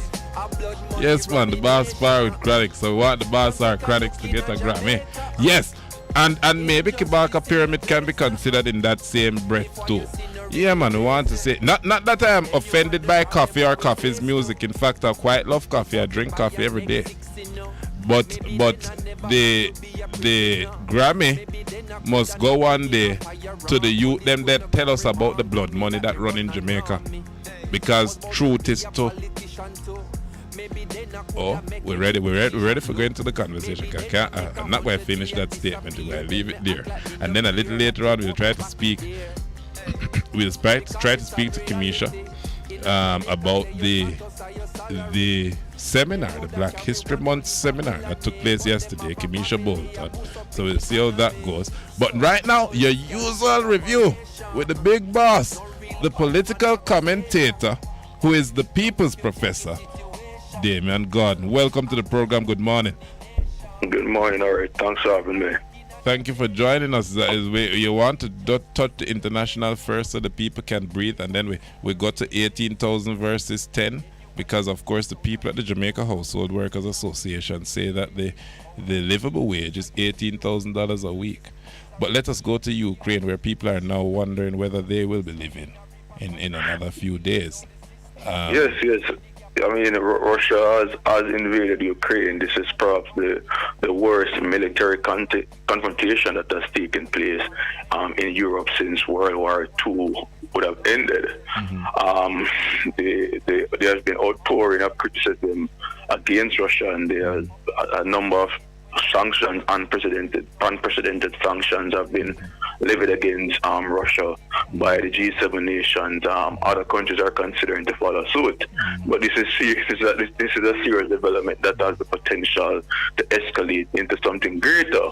We hope it doesn't get there, but if Russia continues its assault and its advance towards the capital, and Russia is captured the capital at some point in time, obviously other nations will be forced to reevaluate their current responses, and it may escalate. We're hoping it does not get there, but this is certainly a very dangerous development in the middle of a pandemic. We understand that the Russians are at the north of Kiev. In fact, some reports are suggesting that there are already Russian troops in some northern parts of the city. And the issue is that Russia's up the ante, so it's very difficult for them to retreat now, because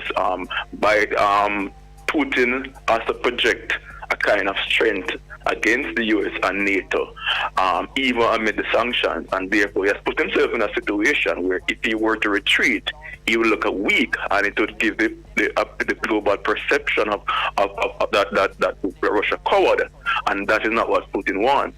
So it's very difficult to see him retreat now at this point in time. Well, I can tell you that I would expect the Russian president to put in place a puppet president in a few weeks or a month at least.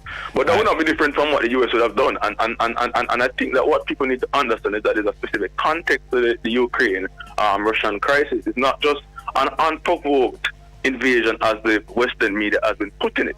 Because the reality is that since the Cold War ended, many of those territories that were former Soviet territories, NATO and the US have been courting those countries to form an alliance to NATO, which means that these countries have been conducting increased military operations. They've been cooperating militarily. They have been increasing their military presence and build up their military capabilities, which Russia feels is being directed at its own security. So what Russia sees is that a lot of NATO territories have been encircling it, and Russia sees this as a threat to its security, because if anything were to happen, say a war were to break out, all of these territories would be obligated to attack a mutual enemy, and Russia sees itself as the mutual enemy of NATO. So there's a context, and I think that the discussions don't provide a full appreciation of the context, because Russia believes that all of these countries are cooperating militarily, are building up their military capabilities to attack Russia at some point in time. Well, therefore Russia sees its action as defense of its own world and sovereignty and security. Indeed. After the Second World War, a new world order, so to speak, was created, where major powers of the world decided that they would not interfere in the affairs of sovereign states, and that they would not meet amongst themselves and make decisions for other states. Russia has put the old world order back in place, hasn't it? Yeah, but Syria is sovereign. Iraq was sovereign. Afghanistan was sovereign. Yes, many countries these decisions, in the Middle East that were sovereign. Yes, but these decisions... We have seen the idea that... these other decisions... No country should attack. No, I'm just saying that we have to have a fair conversation. Yes, man. So let us go to the difference. There's a difference between these types of military actions. The United Nations... No, but the US had no basis to attack Iraq based on the US's own report. The attack on 9/11 was conducted by the Saudi Arabians and not the Iraqis. So there was no moral or legal basis for the United States of interfering. There was a legal one because the US got permission from the UN. In all of the cases that you've described, all of them. All right, the point I'm trying to make to you is that the United States of America appears to have some undue influence over many of these organizations, to the extent that when the US and Israel engage in behaviors that Russia is engaging in, the world collectively turns a blind eye, and many of those organizations give permission and approval and justify it. So why is it that when some countries engage in a particular course of action, it is justified, but when others do it, it's not justified? It's an unfair world order.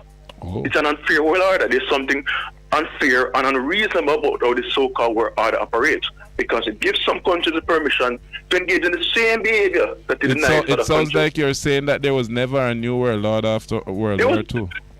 It is structured. The world has always structured in a particular way. The power brokers have always designed a system to extend and sustain their control and their hegemony. That's all I'll say. But this is not in defense of Russia, but I'm simply saying that the United States of America and other countries in G7 nations have engaged in similar behavior in other sovereign countries as Russia is doing now. And there was no uproar, no criticism, no sanction, no action taken by the UN. They were allowed to do so. Israel continues to do so in Syria. It continues to do so in Palestine. Nobody cares. But apparently, it is only when certain countries engage in particular courses of action, it becomes a problem. It becomes something that is worthy of being condemned. That's unacceptable. Oh, okay. Well, that's unacceptable. You've said it. It sounds like transnational organizations are dead then. Organizations like is the United Nations now like the League of Nations? They're not dead, but they continue to operate in a manner which indicates to us that they're subservient to the interests of particular countries, and they're beholden and controlled by particular countries. If they continue to operate in that way, we cannot expect them to be fair. We cannot expect them to be just. And that is the problem that a lot of persons have with the organization. They are not objective, fair, and just in terms of how they manage your affairs and in terms of how they resolve international conflicts. Because arguably, these organizations have turned a blind eye to what has been happening in Yemen, where thousands of people have been killed and continue to be killed by Saudi Arabia. Note importantly, the weapons that Saudi Arabia is using in Yemen were acquired from the US. Yeah. Now, how is the US talking about humanitarianism and protecting democracy and freedom when you provided Saudi Arabia with the weapons that have been used to kill thousands of Yemenis every single day? Yeah. So that is hypocritical. That is just an hypocrisy. We can't accept that. I saw someone in our WhatsApp group share a photograph of a young 20-odd-year-old Putin with Emerson. I won't even try the last name. The crocodile, the current president of Zimbabwe, who was the leader of the rebel movements under Mugabe when Mugabe took that country. and also with Simora Machel. And the suggestion is that Mr. Putin has always had eyes in Africa, but more importantly, that he has always been trying to push the West out of spaces. He has now replaced the French in Mali.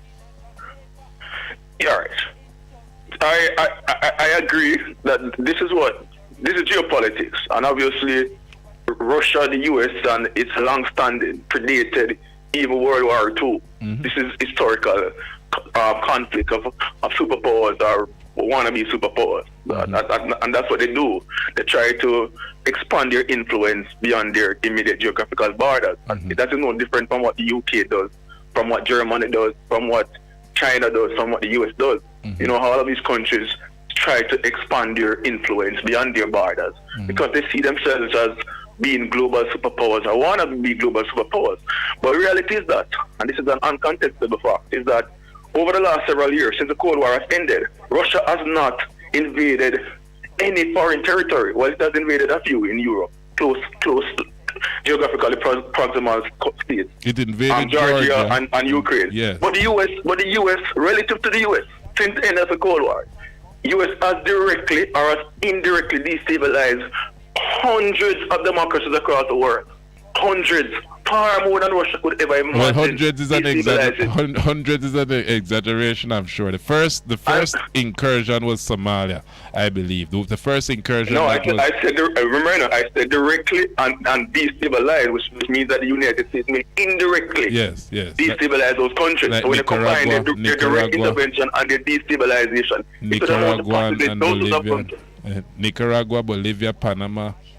We can run through quite a few right here that have been destabilized. Exactly. So that's what I'm talking about, Orrett. I don't have a problem with us protecting the agreements that preserve territorial sovereignty, but we must be fair and objective in terms of how we apply those specific principles. It can't be that we apply them only conveniently and selectively. Indeed. Well, the argument is that Mr.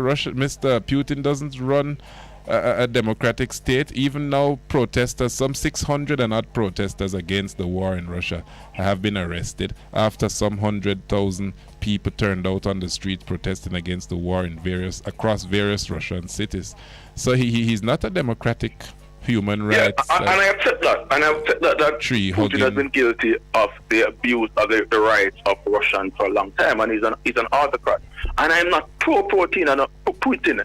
And I'm not pro-Russia, and I'm 100% against the invasion of a democratic country. But at the end of the day, the United States of America and many of those major countries cannot be the moral police of what is happening in Russia, because they are guilty of the same conduct and have been guilty of the same conduct in many parts of the world. I see what you're saying. I can definitely see what you're saying. Our students, though, should come home because we don't want them exposed to this type of chaos. I mean, there's murder here. Well, we don't want them exposed to that type of chaos. Definitely not.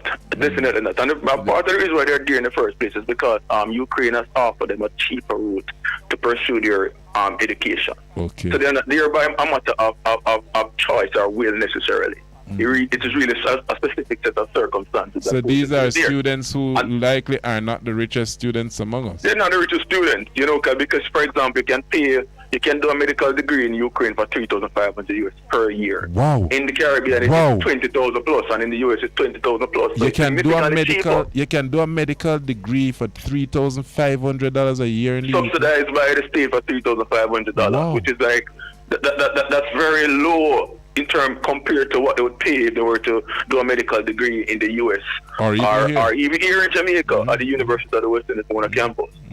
So for them, it's an investment. It sounds like an insult. Then our government offers them a loan to come home. That would be at least $1,000 US.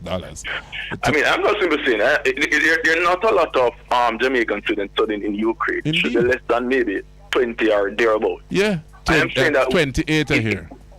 In the time of a crisis, the government should be able to find some money to ensure that its students who are facing the prospect of an all-out war are returned to their home safely. Indeed. That is what a government does during a time of crisis, to protect its citizens' interests while living overseas. Or at least to the nearest embassy. I'm sure, very sure, that the Germans would not have said, no, Jamaica, we won't allow the 28 people to come to Germany and wait to see how the thing set. And I'm sure your goal as a state is to ensure that when something happens, your citizens are brought home and they are in a safe zone and they're in a safe space. That should be the priority. Everything else can be ironed out after. Everything can be dealt with and ironed out after. But that should not be a prerequisite or requirement for students to return home who are facing the prospect of an all-out war. Indeed. I mean, everything else can be dealt with after. When the government first started making its announcements, we heard that the students wanted an alternative. Many didn't want to come back to Jamaica. In fact, the Bill Johnson poll the other day tell us that most people here want to leave. Are we worse than the war zone? I wouldn't say that we're worse than the war zone, but obviously we have been experiencing prior to the pandemic a convergence of many problems: economic, social, political, otherwise, and the pandemic has worsened those problems to the extent where a lot of Jamaicans simply feel that living in Jamaica is becoming impossibly hard, impossibly difficult, and intolerable. So I am not surprised by those findings, because even in your own interactions with ordinary Jamaicans, most people tell you are seeking an opportunity to leave any chance they get. So I was not surprised by the finding, but it just tells us about how Jamaicans feel about the governance of the country and the future prospect and the part of the country. We feel that are change. Definitely indicated. These polls are interesting, though. Can we trust them? We can trust them to an extent, because we have been producing and conducting polls for several years and decades in Jamaica, and they have been fairly accurate, even when they miss the mark. They have not missed the mark so tremendously to the extent for us to say that we should dismiss their findings. I mean, polls have a certain scientific methodology that those who conduct the polls use to ensure that the data they present to us is valid and is reliable. So I think we can trust the polls. We can have our questions and our concerns, but generally speaking, I think we should trust the polls. It says that only 17% of Jamaicans find the PNP leader favorable. No, that is bad, because as an opposition leader, you want to be polling very closely or above your competitor, who is the Prime Minister now. The Prime Minister, as unfavorable as he is, clearly the opposition is not seen as a viable alternative. There may be many factors working against the opposition at this point in time. I think that more supporters of the Jamaica Labour Party are united in their support of the Prime Minister than supporters of the People's National Party are in their support of the party leader, because there are obviously still some conflicts going on within the party. And then the party has not been able to campaign in the traditional sense because of the restrictions imposed by COVID, so it has not been able to do that traditional campaigning that the party perhaps would have benefited from. And I don't think that the country is in the mood for any politics now. They're not in the mood for politicking. They are concerned about their own survival, and they are concerned about their material well-being, and therefore there's a certain high level of disinterestedness in politics and apathy in politics at this point in time. So all of those factors may be working against the opposition. But obviously, as a party that wants to be viable, that wants to be seen as a government in waiting, polling 17% is just not very good at all. It has to find some way to connect with voters. Obviously, it has to reconsider the current strategies and its current approaches. Compare that to the 62%. Compare that to the 62% who say that, unfortunately, them can't see where the country heading in the right direction at all. They believe the country is heading in the wrong direction. But again, that cannot be surprising, because even in your own interactions with average Jamaicans and even your own life, you see few things that are going in the right direction in the country. You know, all the important indicators, all the important measurements of development and governance appear to be heading in the wrong direction. You think about security, headed in the wrong direction, the economy, headed in the wrong direction, inflation, headed in the wrong direction. So there's nothing for us to be positive about. And obviously the pandemic has worsened many of these issues. But it's just a feeling that the government has lost some grip, lost some sense of control, and people are left to their own devices. And people don't feel that the government is really working on their behalf. Things are about to turn the tide and change and improve anytime soon. You just feel a state of pessimism, a state of fatalism, and I think that the poll is reflecting that. It's a loss of faith in our whole system of government and limited hope for the future in Jamaica. And I think that is what the polls are certainly indicating. How can that be reversed? People want to see deliverables. People want to see change, real change that they can hold, they can benefit from. People want to see transformation, and therefore the transformations have to be forthcoming. The promises are not sufficient for people anymore. People need to see actual transformation. People need to see increased a livable income, for example. Now you raise income to $9,000 per minimum wage, to $9,000 per month. That is not going to be comforting to people when inflation has risen far greater than the minimum wage has been increased. People are not really happy about that. People are seeing a government that perhaps they think is uncaring, is disconnected, is not fully sensitive to the needs and expectations of people. So people want action, they want deliverables, they want outcomes, and therefore as a government you have to meet those expectations. Otherwise, I don't think the current level of apathy and disinterestedness will improve unless deliverables and outcomes and actual achievements, actual actions that are aligned with the welfare and the well-being of Jamaicans are achieved. Well, I want to share some quick comments from the people, and then we have to run out of here. Somebody is saying, good morning. I am sure that it would cost less than what was paid to the concubine at Petroscam to bring the medical students home from Ukraine. That is truth to power. You would agree, I'm sure. I wouldn't agree with the concubine part, but just a general view seems to be accurate there. And someone is saying that that the U.S. didn't drop any bombs in any bombs in Cuba.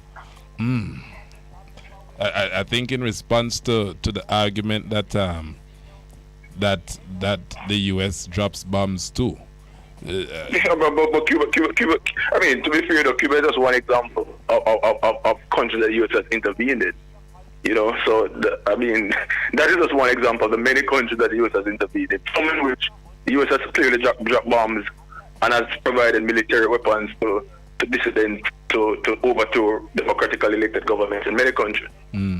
So the boss stands to his position. I thank you very much for the contribution this morning. Thanks for having me, Orrett. Thanks for having me. Thank you. Your political commentator, Damian Gordon, the big boss, University of the West Indies lecturer. He holds his position. I don't know.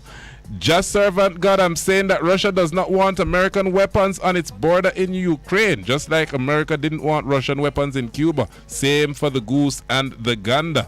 Truth to power, USA did not bomb Cuba. Just servant truth to power, he is reiterating the Putin. We'll leave that one alone. Cubelan says Malema is okay. I watched the court proceedings. Yes, man. He was with Andrew Holness. We leave that one alone. All right, Al-Kivelala says not your pastor cars with music is not Blair business. And Kaylee Saunders says Vumag. I don't know what that means. Good morning, Monty. I am sure that it would cost less than what was paid. Oh, wait, we read that. Isn't it ironical that Mr. Holness is talking about ensuring that only fit and proper people work at the FLA and customs? Can he pass the fit and proper test? We'll run to the break. Don't go anywhere when you come back. The phone lines open 619-1508 or 279-8473. So, police cancel operation, cause no real bad man a go station. Hey, now if you check the situation, our blood money running nation. Hey, come take a look in a Jamaica. why you see no really face you. Then you want the problem what we face to.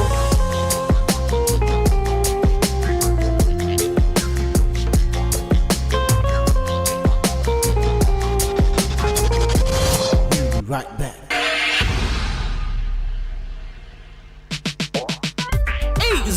Let not your hearts be troubled. Just believe on God Almighty and daily renew the mind. As we live in this time when fake is more valued than real, lies prefer to truth, the unnatural put above the natural. This is Lady Donna, aka Double D Don, with a new song, Almighty Jah, encouraging your people to keep the faith. God will make a way. Get your copy today. It's on all digital platforms. Lady Donna Official on Instagram, Facebook, AsujaRecords.com. For bookings, Asuja Record label at Gmail. Almighty Jah!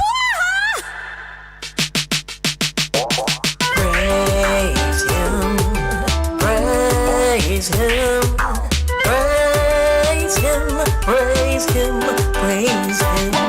And the name of Jah, if you tie me up. And the name of Jah, if you mix me up. So them evil, so them lie, so them corrupt. Scheming and them planning, but we not give up. Jehovah and the one where you hold me up. You know the Father we put trust and Jah.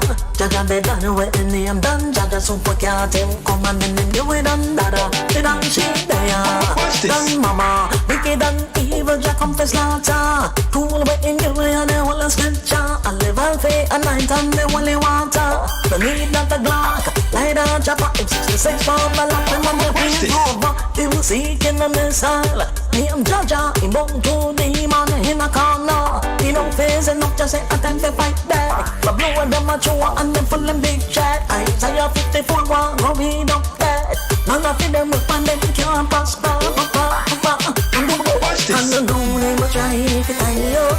And the name of Jah if you mix me up. So them evil, so them lie, so them corrupt. Scheming and them planning, but we not give up. Jehovah and the one where you put me up. You know the Father. The station that makes you feel good. I love the station. I think it's great. My station. Moving. My station. Moving. Keep it right here. Keep it right here. Bess FM, keep listening. We're committed to reducing the impact of disasters occurring in Jamaica.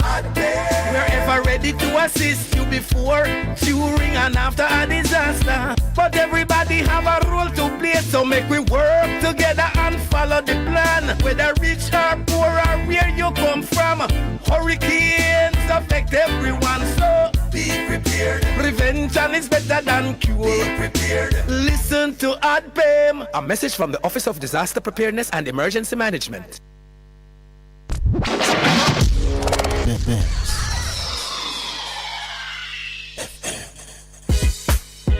Vejan Printers for all your printing needs. We specialize in calendars, flyers, brochures, and more.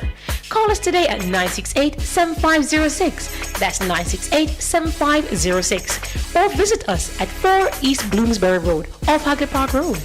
Vejan Printers, your best choice in printing. It's good, it's better, but nothing beats.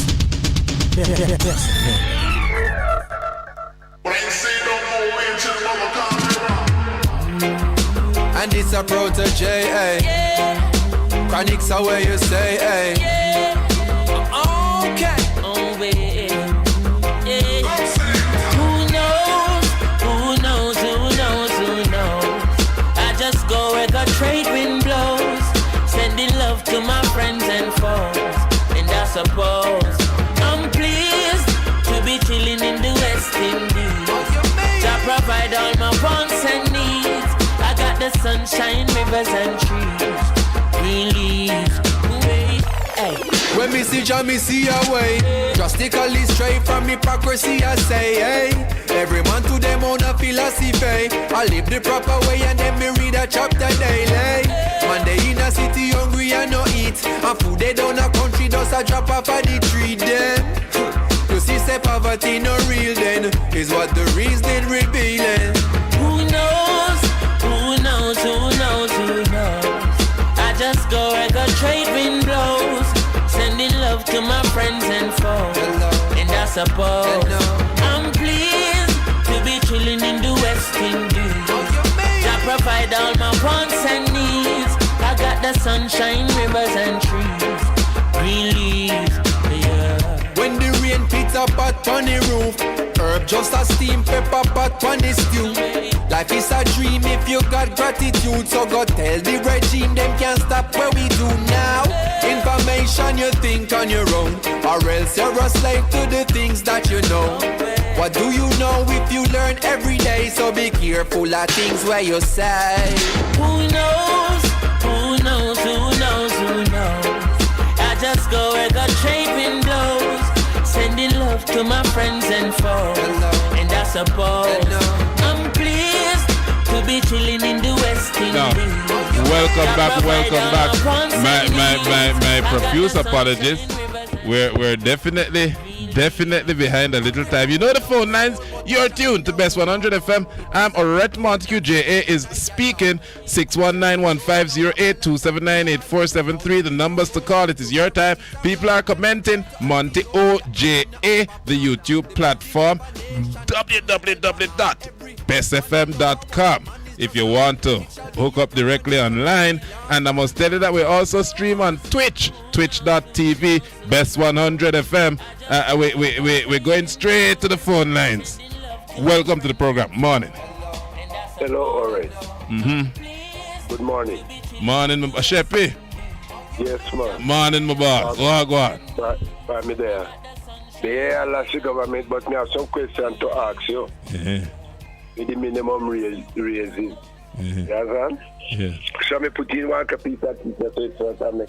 It will look me, I have to go care back because it seems to me like you can make my tongue go far. Yeah, sir. Me not understand that.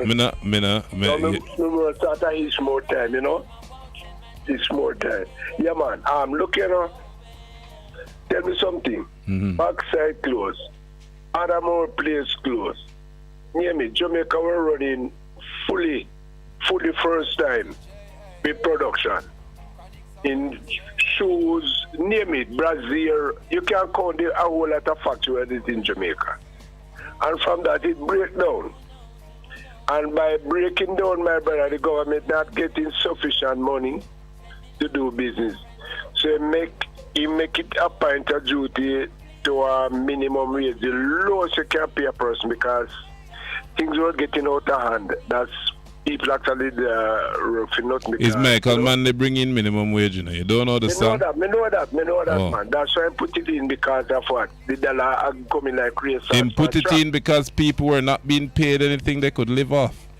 No, me know ladies, me know where there was a guest house where me live, you see? Near Wales guest house. Yeah. And check it out, the ladies about 8 workers she did have there. And after when you find them genuine, him go to the bank and bill and borrow more and make them get a loan for them that and build their house and could rent it out and all those things, and you know their life are elevating. And they do a wonderful work there without the minimum wage. But it come at stage that it reach a stage in a life that when boy watch a thing start build up and everybody are lose now. And what happened? People are get low wages because some cannot afford it. Some business just like, you know, well, barter the there and shoes, and then cannot get raw material. People are raise up here and it couldn't work out because the material not coming in. So the only thing they have to is close and go where greener pastures is. You understand?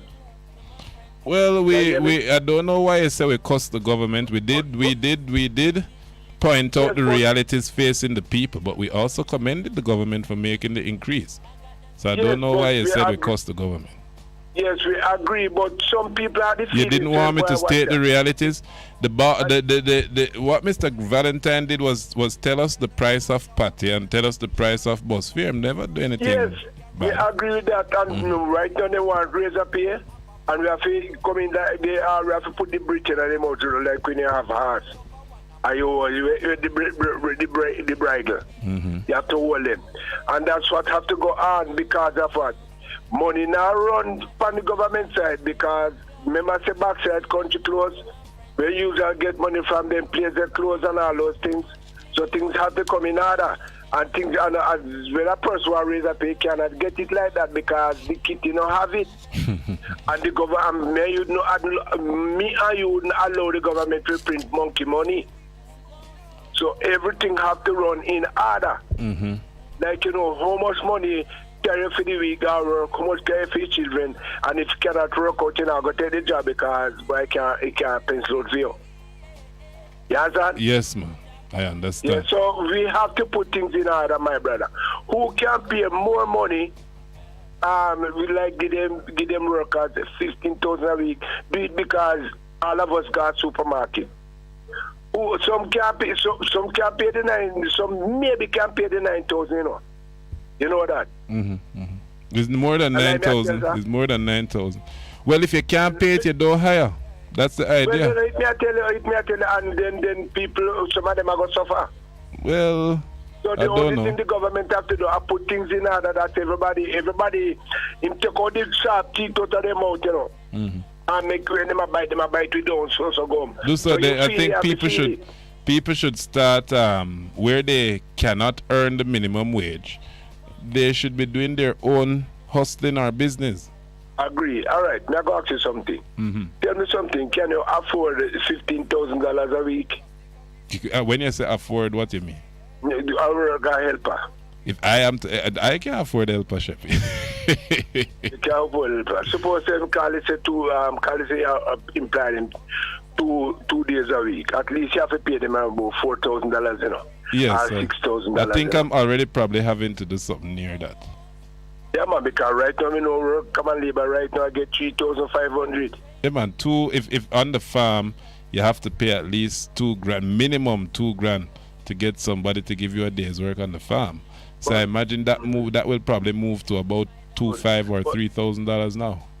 Yeah, but what I want the government to do, you see, are looking at economy, and not him alone, all of us looking at economy like a fine comb running through your ear. And then let us all put it to the people and ask them where we should do. Because you have your well, Sheppy, have you disagreed with any of the suggestions that I've made as a way forward for saving US dollars?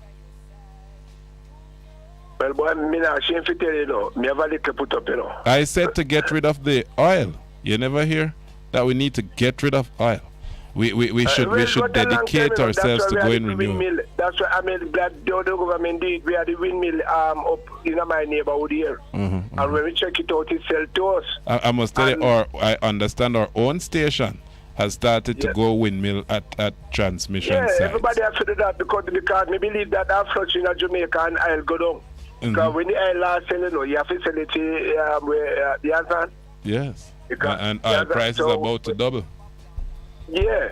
So, people have windmill at their home, Well, that is the point, Sheppy. We need to be more self-sufficient, and definitely, if you're earning the minimum wage or you can't earn the minimum wage, start getting ready to farm. In fact, start farming now because expect the price of grains to rise. Expect rice to go up. Expect flour to go up. So you must be able to dig up your yam, and you must be able to get your little potato and thing on the go. When I spend a market, actually more than in a supermarket, I agree. Vegetable and all those things we have to buy, enough money can easily go over. Yeah, and boy, inflation licking the if you get yam for 100 a pound, that's good. Yeah, it's 150 a pound. 150 a pound minimum. And cabbage again. Sometimes you go to it. Sometimes that fluctuates. Like about $120. Yes, about there reach now. So when you really check it out, the ground food right now expensive, but as a matter of fact, everything expensive. And that's what I want the government to call the people and make them look in the economy and see how the economy run, because I know that he is doing his best. And the people must shop around. Don't accept the first value price, because I've seen some wide price variances in Jamaica. Well, me do that. Me shop around. Me have people when me go to. I have to run, Sheppy. I thank you for the contribution. Welcome to the program. Morning. Yeah, good morning, Mr. Monty O. Morning. Who this? Africa? No, Raspal. Oh, Raspal. You sound like Africa more wild. Okay. Yeah, the minimum wage now. Mm-hmm. Why the government just come with a livable wage? Yeah, that's what we'd want them to do. Mm-hmm. If people can't afford it, them deal the help of them like a 2 times a day or so. But you have some people want to have people that work for them for 1 week and then thing there, and them are getting 9 grand. It can't work, man. You have to just face reality. If a thing can't work, it just can't work. It's just like how when you look on Jamaica, nothing not work in Jamaica. And when you look back, things have to work, the man they mash it up. Because look on all the edging, where if you edge the aisle, if the aisle go up to $100, it's still there 60. The man them cut off that. The government cut off that. You understand? When you look at Venezuela, and give we oil that we can sell and make money. The man them cut off that too, them look for the Trump. But you see that oil in insurance, the oil hedge. Yeah. Boy, listeners, by the way, if we had kept the oil hedge and the oil went over $60 a barrel, we would still be paying $60 a barrel. Yeah, tell the people and let them know, yeah. You understand? Come on, them understand what me I say. You understand? When I come on, when me talk, you know, me not talk with people and I talk from 60s and from this and that, from where I go back. Me I talk about what I want now. You understand? Now, when you're looking at Jamaica, the government spending enough money in our budget on crime. And crime not dent. Well, I must tell you, because a lot of the money that was spent to buy JDF equipment. It makes you wonder which army or government is preparing to fight. And then it makes you wonder, especially seeing what took place in Ukraine, what is the point? This, for instance, this commissioner I get record in pay. Record in pay, you know. Commissioner if I get, you know. Crime not dent. You're referring to the $18 million a year basic pay and then the extras? Yeah. Okay.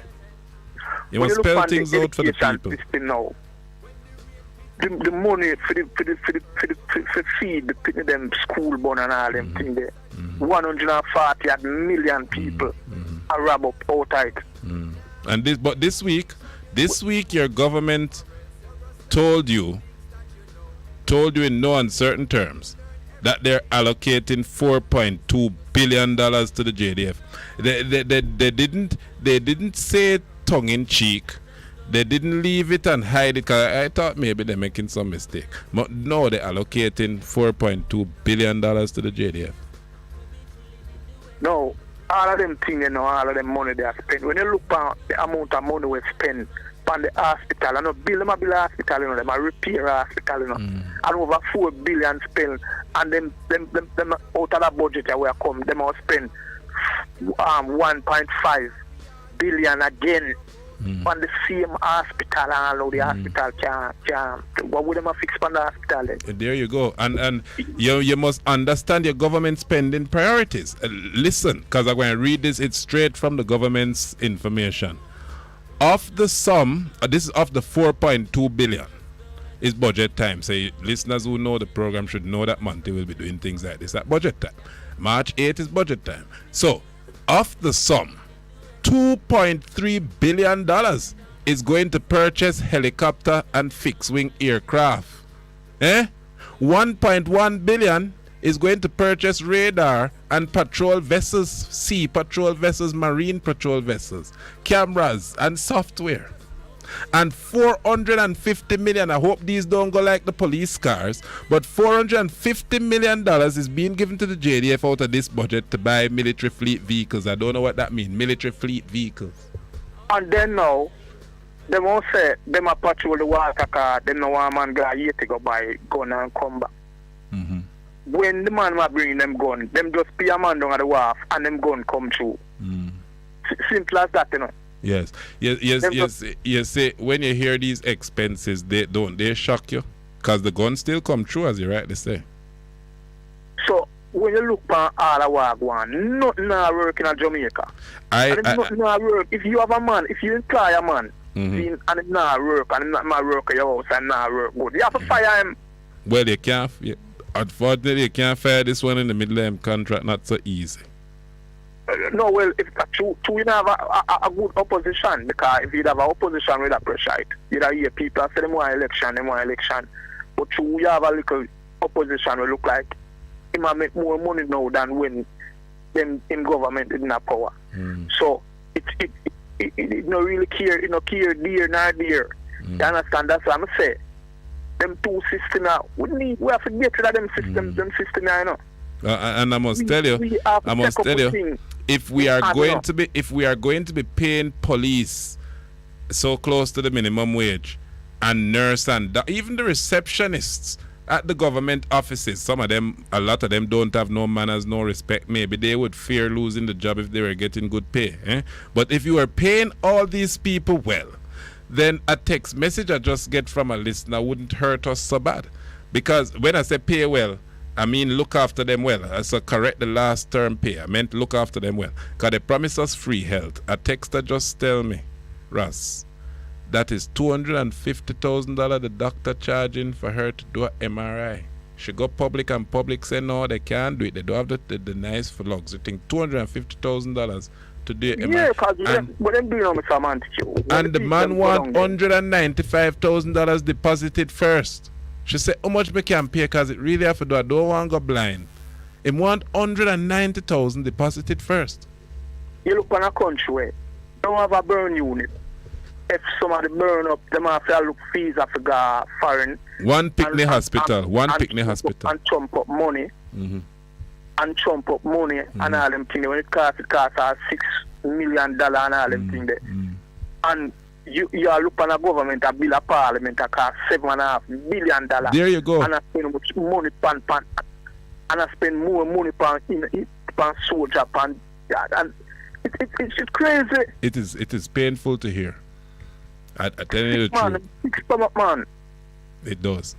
But boy, is the reality is, and again, is who we're fighting.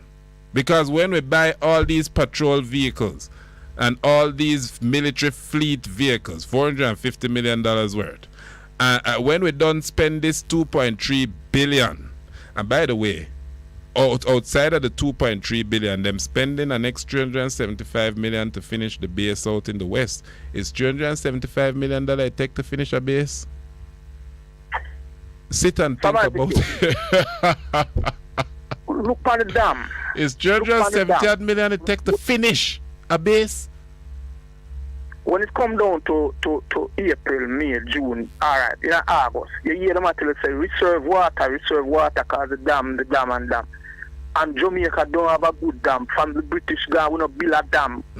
We don't build a prison. We don't build, but we have built parliament. The man go spend 2 hours. 2 hours, you know, each day, you know, or sometimes some of them go to parliament Monday, and some go. And we learned this week that if you come up against a real enemy, that money is paper. Nothing is working in this country, man. These people need to. We have to run. Thank you very much for the contribution. Pack up and go, man. Yeah, well, I hear you. The boss said they must pack up and go. Thank you for the contribution. And replace with whom? Welcome to the program, morning. Hello. Welcome to the program, morning.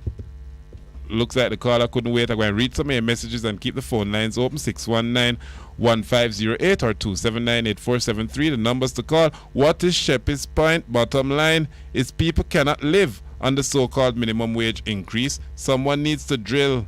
No, we don't need to drill it in him.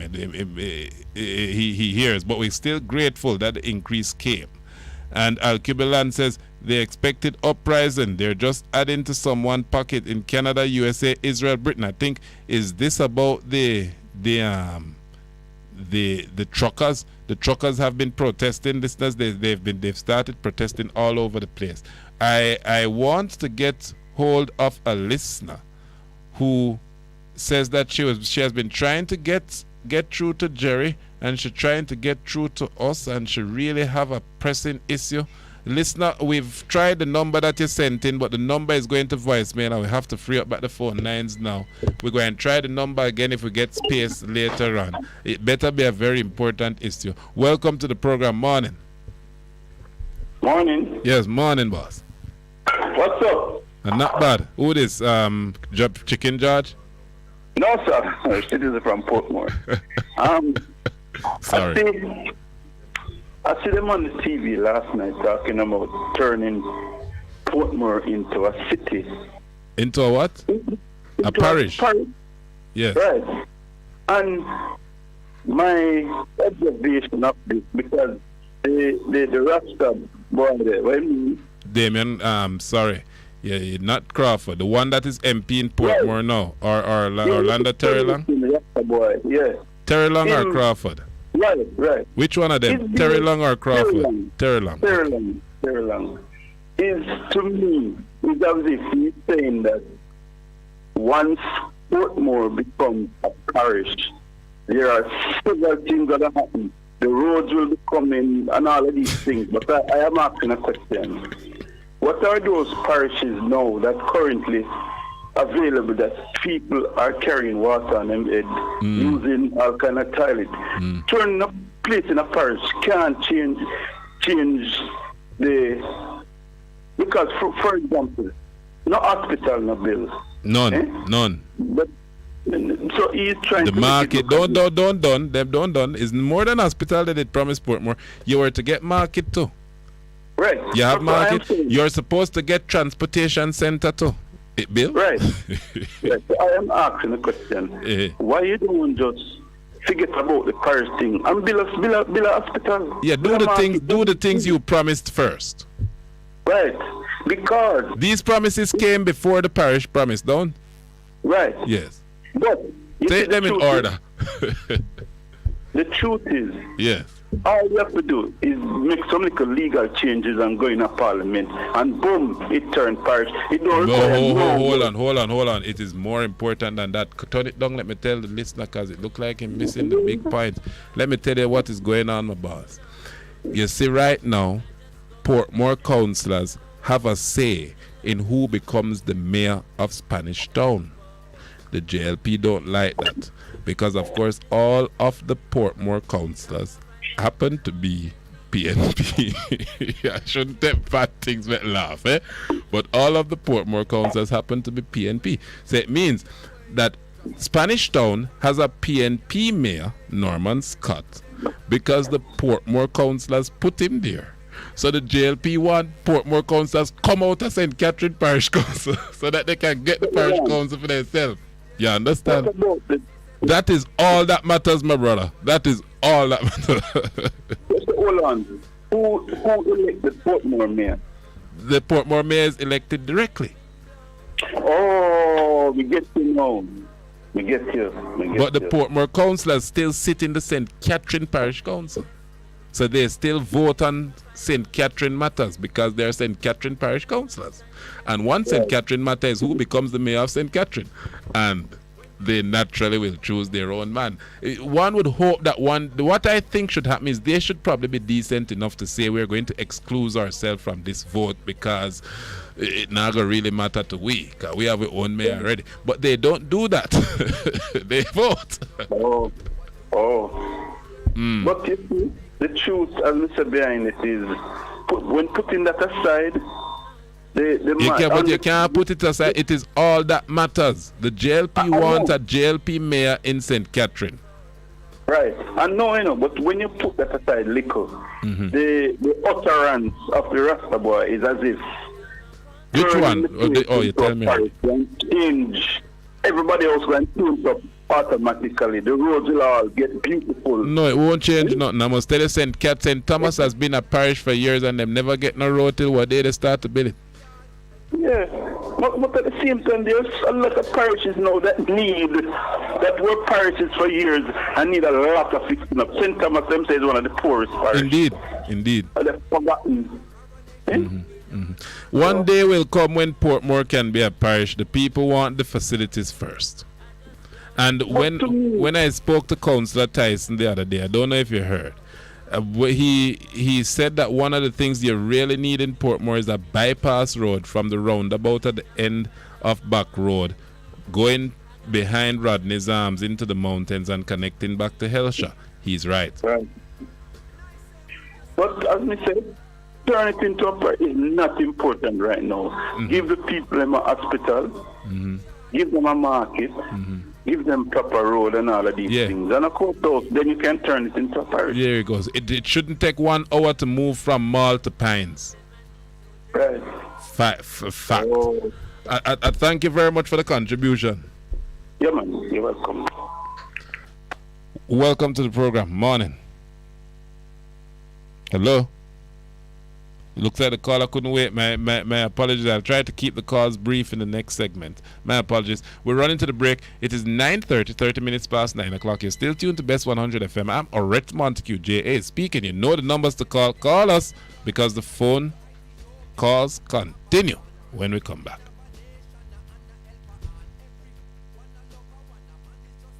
It shall be a coronation when we land. Who knows? I just go where the tribe blows. Yeah, man. Sending love to my friends and foes. Hello. And I suppose Hello. I'm pleased to be chilling in the West Indies. To provide all my wants and needs. I got the sunshine, rivers and trees. Really. We'll be right back.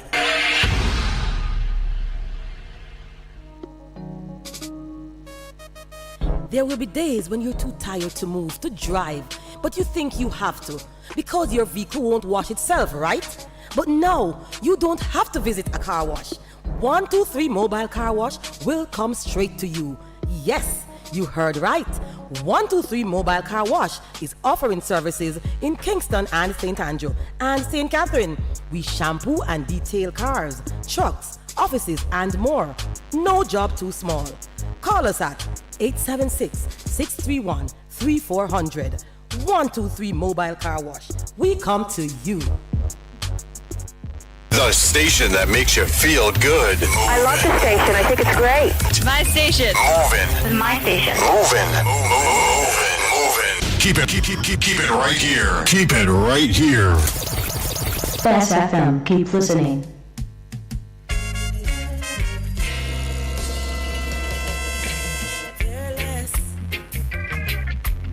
Love more, 'cause you open up the door. Live, camera, volume. Live It Up Fridays on Best 100 FM. 10 a.m. to 2 p.m. with I, Ibi Lion, each and every Friday. Giving you the better vibes, heard everywhere. On a natural some things that watch me fly. On Jamaica.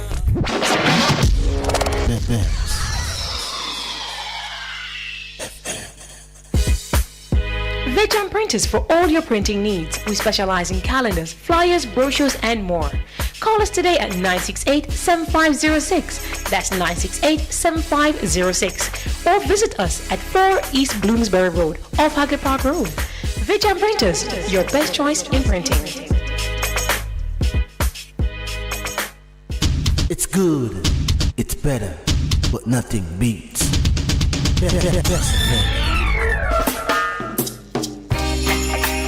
Na na na na na na yeah. Na na na na na na na. Then you got the eye, life, because the way you're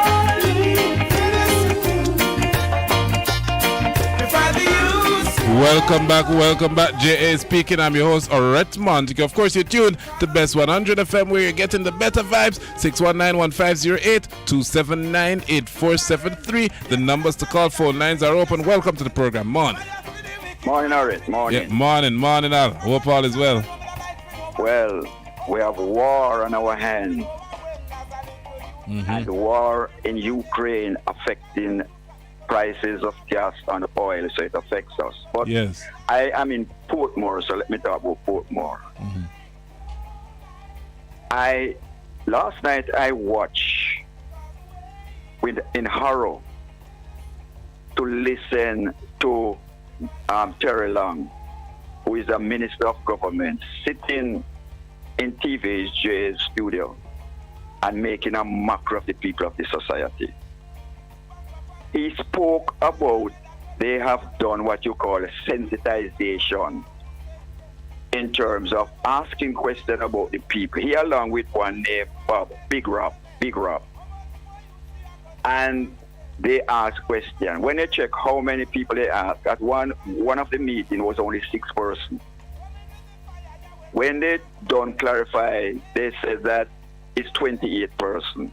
When the moderator asked if 28 persons, he said that you're all contact with out of 200 and odd 1,000 people and you're 28 people. And he turned around with his cohort in crime by saying that the people of Portmore have confidence within this government. And then he asked the question, did a young lady who came on was to say, we have never had any consultation, and he disrespected her. And all who spoke said that they're not ready for a parish, but he wants to put a parish because the people have confidence in this government. Well, let me tell you, Terry Long, because you asked if they listen to the radio, so I think you listen. The people of Jamaica, when you come and promise prosperity, the man who gave you prosperity have not yet received his partner money, so he was deceived. You mean Andre? Right. Andre not getting partner money, and him giving the prosperity thing and run with it. You know, mash up JUTC. So I don't know how the people have put more confidence in it with, you know. Crime gone up out of the sky, uncontrollable crime. And to spend the most money on crime, and crime gone out of control. You know, mash up rural electrification. It depend on the boulevard locked down with chain. Right? It then locked it down. One man was held with $45 million. Right? Who was connected to this? I don't want to hear the case.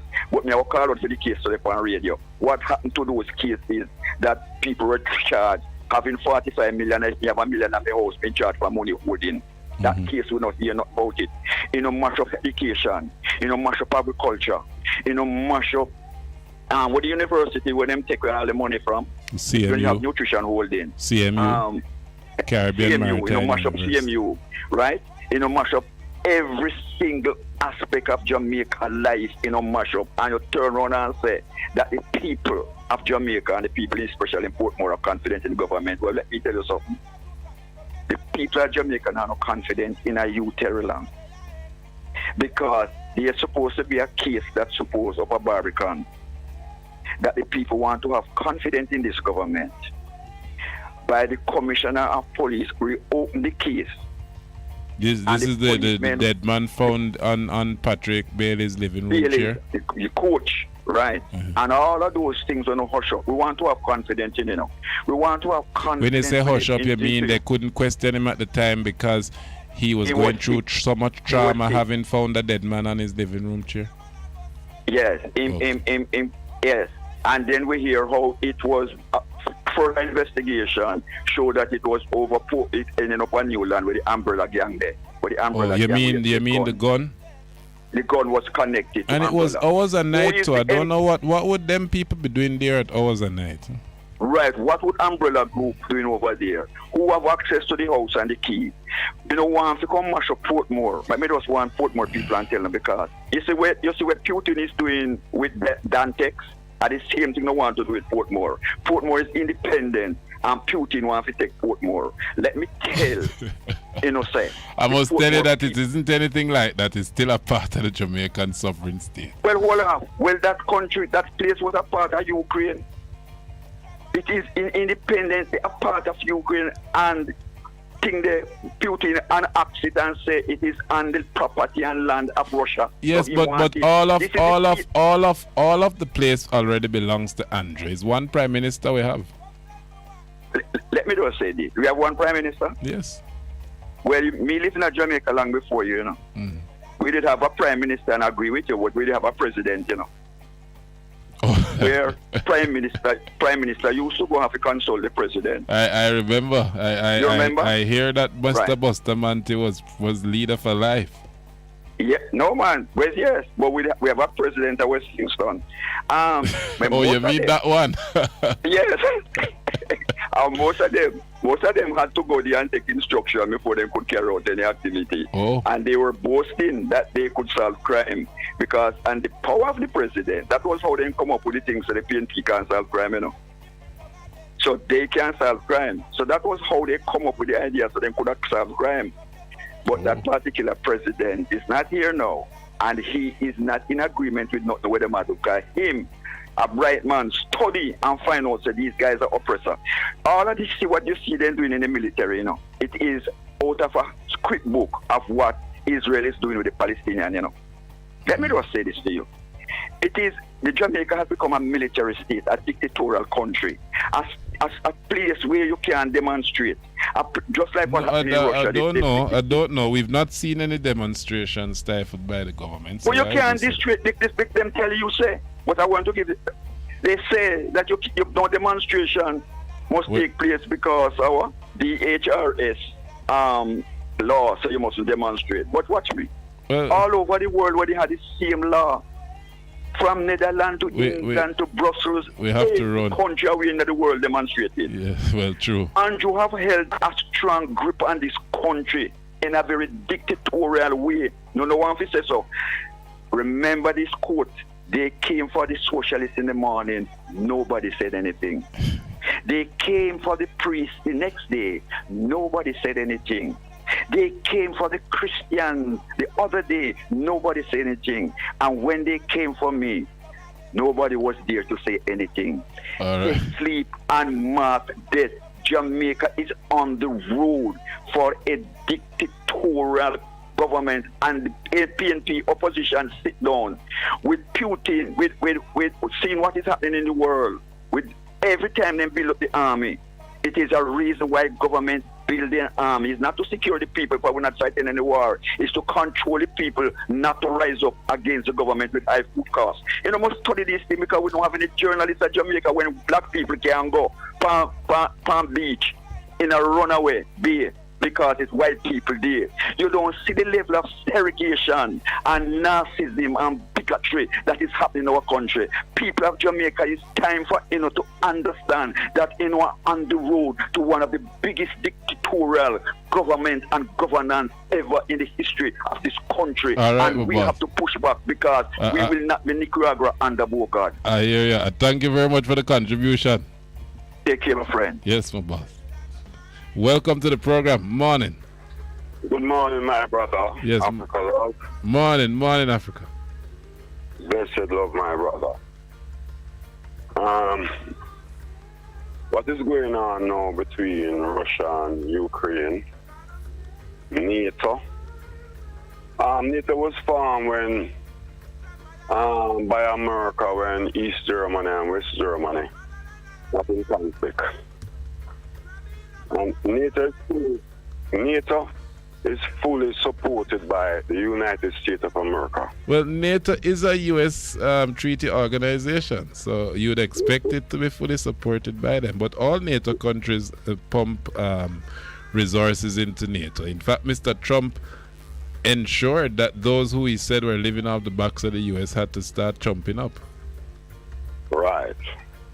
I don't know what I'm saying now today. I don't want to stay long. But I endorse the Russian and what the Russians are doing in concerning of Ukraine and the support and the backing the role that America is playing where Ukraine is concerned. What did Ukraine do wrong that makes you support their civilian lifestyle being destroyed? All right.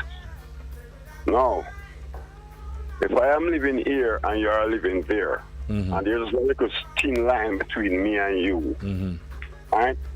And if I said, so you're a supporter, don't this border. Who are you? First, you have to tell me who are you. All right. What makes you special over me? Right. And if you are saying you're not answering, I ask you what makes you special over me, because you just give an instruction to somebody, so you must have some authority to give the instructions. I'm asking what makes you special over me. Because you are in line with me. Why? Who says I'm in line with you? The border. Oh, because we have border, you are over me. No. Oh, I'm confused. I'm not over you because we've been living together. We didn't have any form. So if you're not over me, why you can't tell me who to have as friend? No, I am not telling you that you're not to have friends outside. Well, you're confusing me there. No, what I'm saying to you now, that this friend, what you know of, is an enemy to me. Oh. So I'm saying to but you we're not now, friends yet, you know. We're still talking. There's no decision yet. Ukraine is not a NATO member. Otherwise, the war would have been already a different type of war. No, man, me that say to the eye now that there are Ukraine males and females who get together and create children. Yeah. Right? Create families. Yes. The Russian married to Ukraine and the Ukraine married to Russia. Oh. And they create their family. Oh. And I am saying to you now, listen to me, we are living good. So who officiated at the wedding?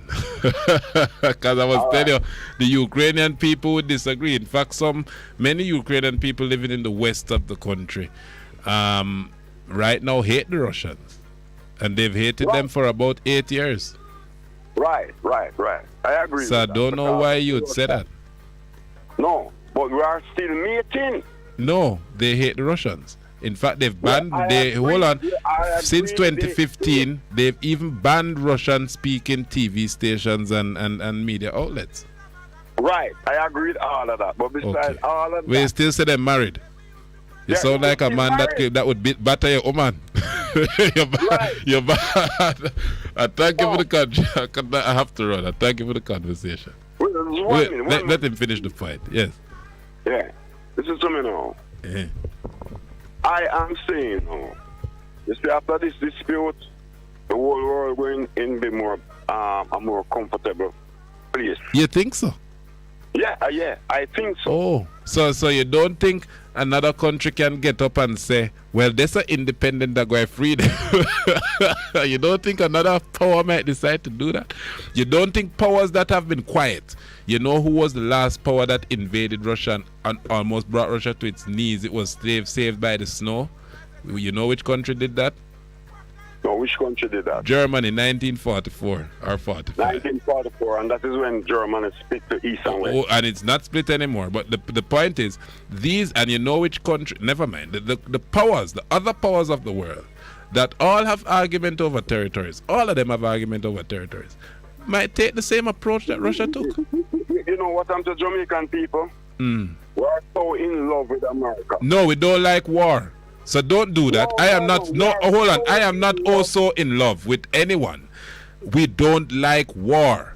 So if the man went and bomb up the people them and the people them never come bomb up him, that is war. Him go they go carry war. That is the point. I should not govern my boundary. You're free to govern your boundary. Somebody cross Mr. Putin's boundaries? No. Okay. But what I'm saying, I should allow you then to carry in an enemy to me. Well, that was not happening. As again, you know Poland also has a boundary with you. Your next neighbor, Poland, they are part of NATO. They have nuclear bombs pointing at you. So the Ukraine didn't have any of those things. Yes, the government wanted to join NATO, but I think Mr. Putin holding his ground, that would never have happened. Because once a country is in conflict, it cannot join NATO. So what is happening in the East was enough to stop Ukraine from joining NATO. Nothing more needed to be done. One thing to tell you now. Yeah. It's full-time Jamaican people realize that the only hell on earth is America. All right, my boss. Thank you for the contribution. You have visa? You have visa? Me don't want no visa. Oh, you don't want a visa. You buy medicine or you don't see doctor either? No, me not take no vaccination neither. No, I said medicine. I never asked you about vaccine. Me not have nothing to do. Me not have confidence in no medicine more than what. You must careful as well what you buy on the shelf, because a man with such distrust shouldn't eat anything that come through the U.S. Good. I thank you for the... We have the resources. Out of the 90, out of the 100% medicinal plant, Jamaica have 83% of it. Oh. And it's involving every You're sounding like Ross Remedy. You must share ideas. I have to say morning to Irie I as well. Thank you for the contribution. I must big up Irie I saw the boss the other day because we haven't heard from him for such a long time. So I said to myself, I have to see what is up with Irie I.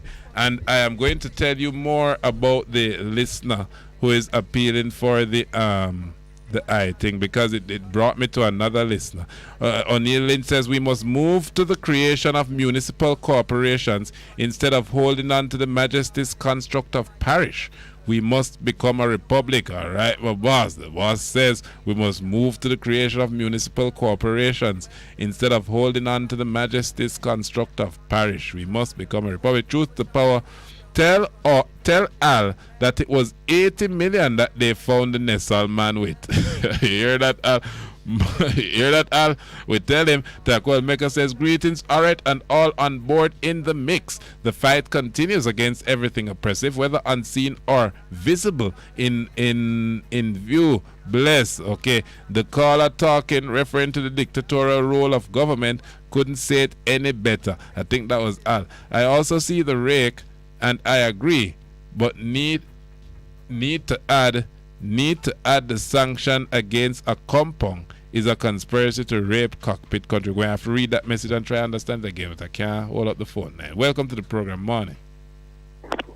Greetings, King. Ross Rem, morning, my boss. How you do? Rastafari, the King of creation, live it every time. Morning. How's everything? And not bad. How is Glen Goff?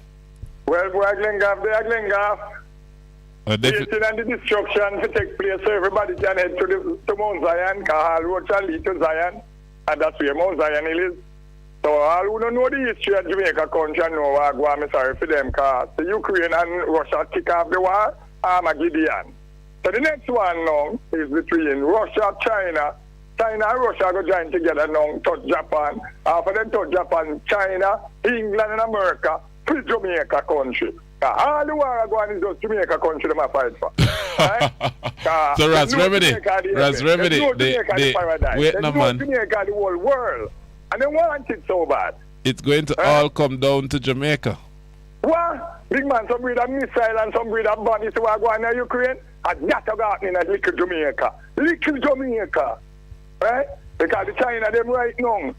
Alright, me teach you one secret where me not think you don't know what going on. You see the road where they cut their pinnacle in Jamaica, yeah? Mm-hmm. The road, the new road where they are cut now. You know, say China then can go up and launch a missile from Jamaica straight to the United States. I don't know about that. You must careful how you say them things. I don't know about that. No, but I don't know about that. I don't know about any road that allow Chinese to get to any place. Show you the things who are going. Listen to me. Everything when you say go on in the world, the Almighty Creator who is Rastafari Yahweh, show me these things. Oh, so I forget. These people in Jamaica can be prepared. A danger right now, Nicola man. They say everybody have to go live in the hills. Because they're going to war for Jamaica. Actually fight gun, bomb, missile, every damn thing I go fight for Jamaica. That is what you are seeing? That is what you are seeing? Then that's what I show you with the most I show me what I go on, man. Big man, why you think you know throw the earthquake in Jamaica? Instead, even throw the earthquake in Jamaica to move my blood, big man, the amount of people are going to devastate the nice warrior. I know nothing normal. I know nothing normal. Because these people want Jamaica country. England have it. America decide, England, America, and Canada is a colony. So them already have it. Wait, say, hold on. Say that part again. Say that England, America,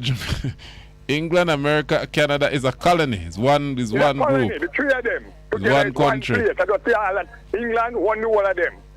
Right? You have to be careful. They won the whole of them. You mean they're one union? That's what I'm saying. Well, they're technically not one union. Right? What I'm saying is that the three of them together and a three devastated country them. Okay? Well, I don't know. To be honest, you know, I don't romanticize about regimes that don't care about human rights. I can't do that. That's the problem. That's the problem right here. But they don't care about human rights. Who is the they you talk? Who is the they? Who is the they that you are talking about? America, India, China. America, India, and China. Those people don't care nothing about human rights. America don't. Wait, no. So the U.S. don't care about human rights? Heck no, if the United States care about human rights, remember, you know, because of Babylon. Babylon caused death throughout the entire world. I'm going to read a little. Wait, no, I'm going to read a little article. I'm going to read a little article for you, a little piece, and then you're going to tell me what you feel. Ross Remedy. Ross Remedy. America is destroying wait, the world. No, Ross Remedy. America doing it. Ross Remedy, addressing the statement you make about caring about human rights, because I note that the people protesting in Russia have all been arrested, 600 or not. Yes. So let us wait, because the Russians don't care about human rights. Let me read. Every country, every foreign country don't care nothing about human rights, but America, England, Canada most. Look how they violate the people's rights in Canada. Just to support a vaccine with having HIV in it. Look what they do America. Look what Jamaica. The vaccine don't have no HIV in it. We don't know about that. But listen to this quick article, just the first part, because we don't have time. 3 former Minneapolis police officers were convicted on Thursday of violating George Floyd's civil rights as a federal jury rejected their arguments that inexperience, improper training, and distraction of shouting bystanders excused them from failing to prevent Floyd's killing. So the officers who were around when Mr. Floyd's neck was being stamped on, they've been found guilty of violating his civil rights. Yes, they do. They violate his rights, yes, because they never have no right to do what they did. But now I'm going to ask you, when come down and treat the black man like the black man is nothing. So don't treat people kill that black man, you know. The whole three of them thing up on the third light post wire, you know. They couldn't go to jail. Okay, wait now. By them tongue on the third light post wire. How many countries? Wait now. How many countries in the world could you get that type of justice from when a police officer carries out actions like that? All right, the reason why them yeah, I just want you to answer me and tell me. Yeah, but hold on. The people them stand up and yes, but the police who did it, him lock up and in jail already. We're not talking about him again. We're talking about the bystanders, the police who are watching. In how many countries of the world would the police who are watching that incident also be convicted? All right, look on this one. Jamaica police. Yeah, Jamaica. Of course. That's my point. So you can't say that the country that actually taking some action, even if it's little bit, even if you can find cases where they take none. I don't disagree. I have to run. Thank you. But did you stand up? Did you stand up for Mario Dean? Or is it? Are you saying that the people in Mario Dean? Yeah, but that is what I'm saying. So maybe we're not standing up enough in Jamaica. Exactly. That's my point. I thank you for the contribution. Love is life and life is love, big man. Same summer. We can carry out with a nice Master Griffith, and because of course, or because normally. On the last birthdays I've been on radio, I played Only Girl in the World. I think she know now. So we'll just get ready to take it out of here. I thank all of you for the contributions this morning.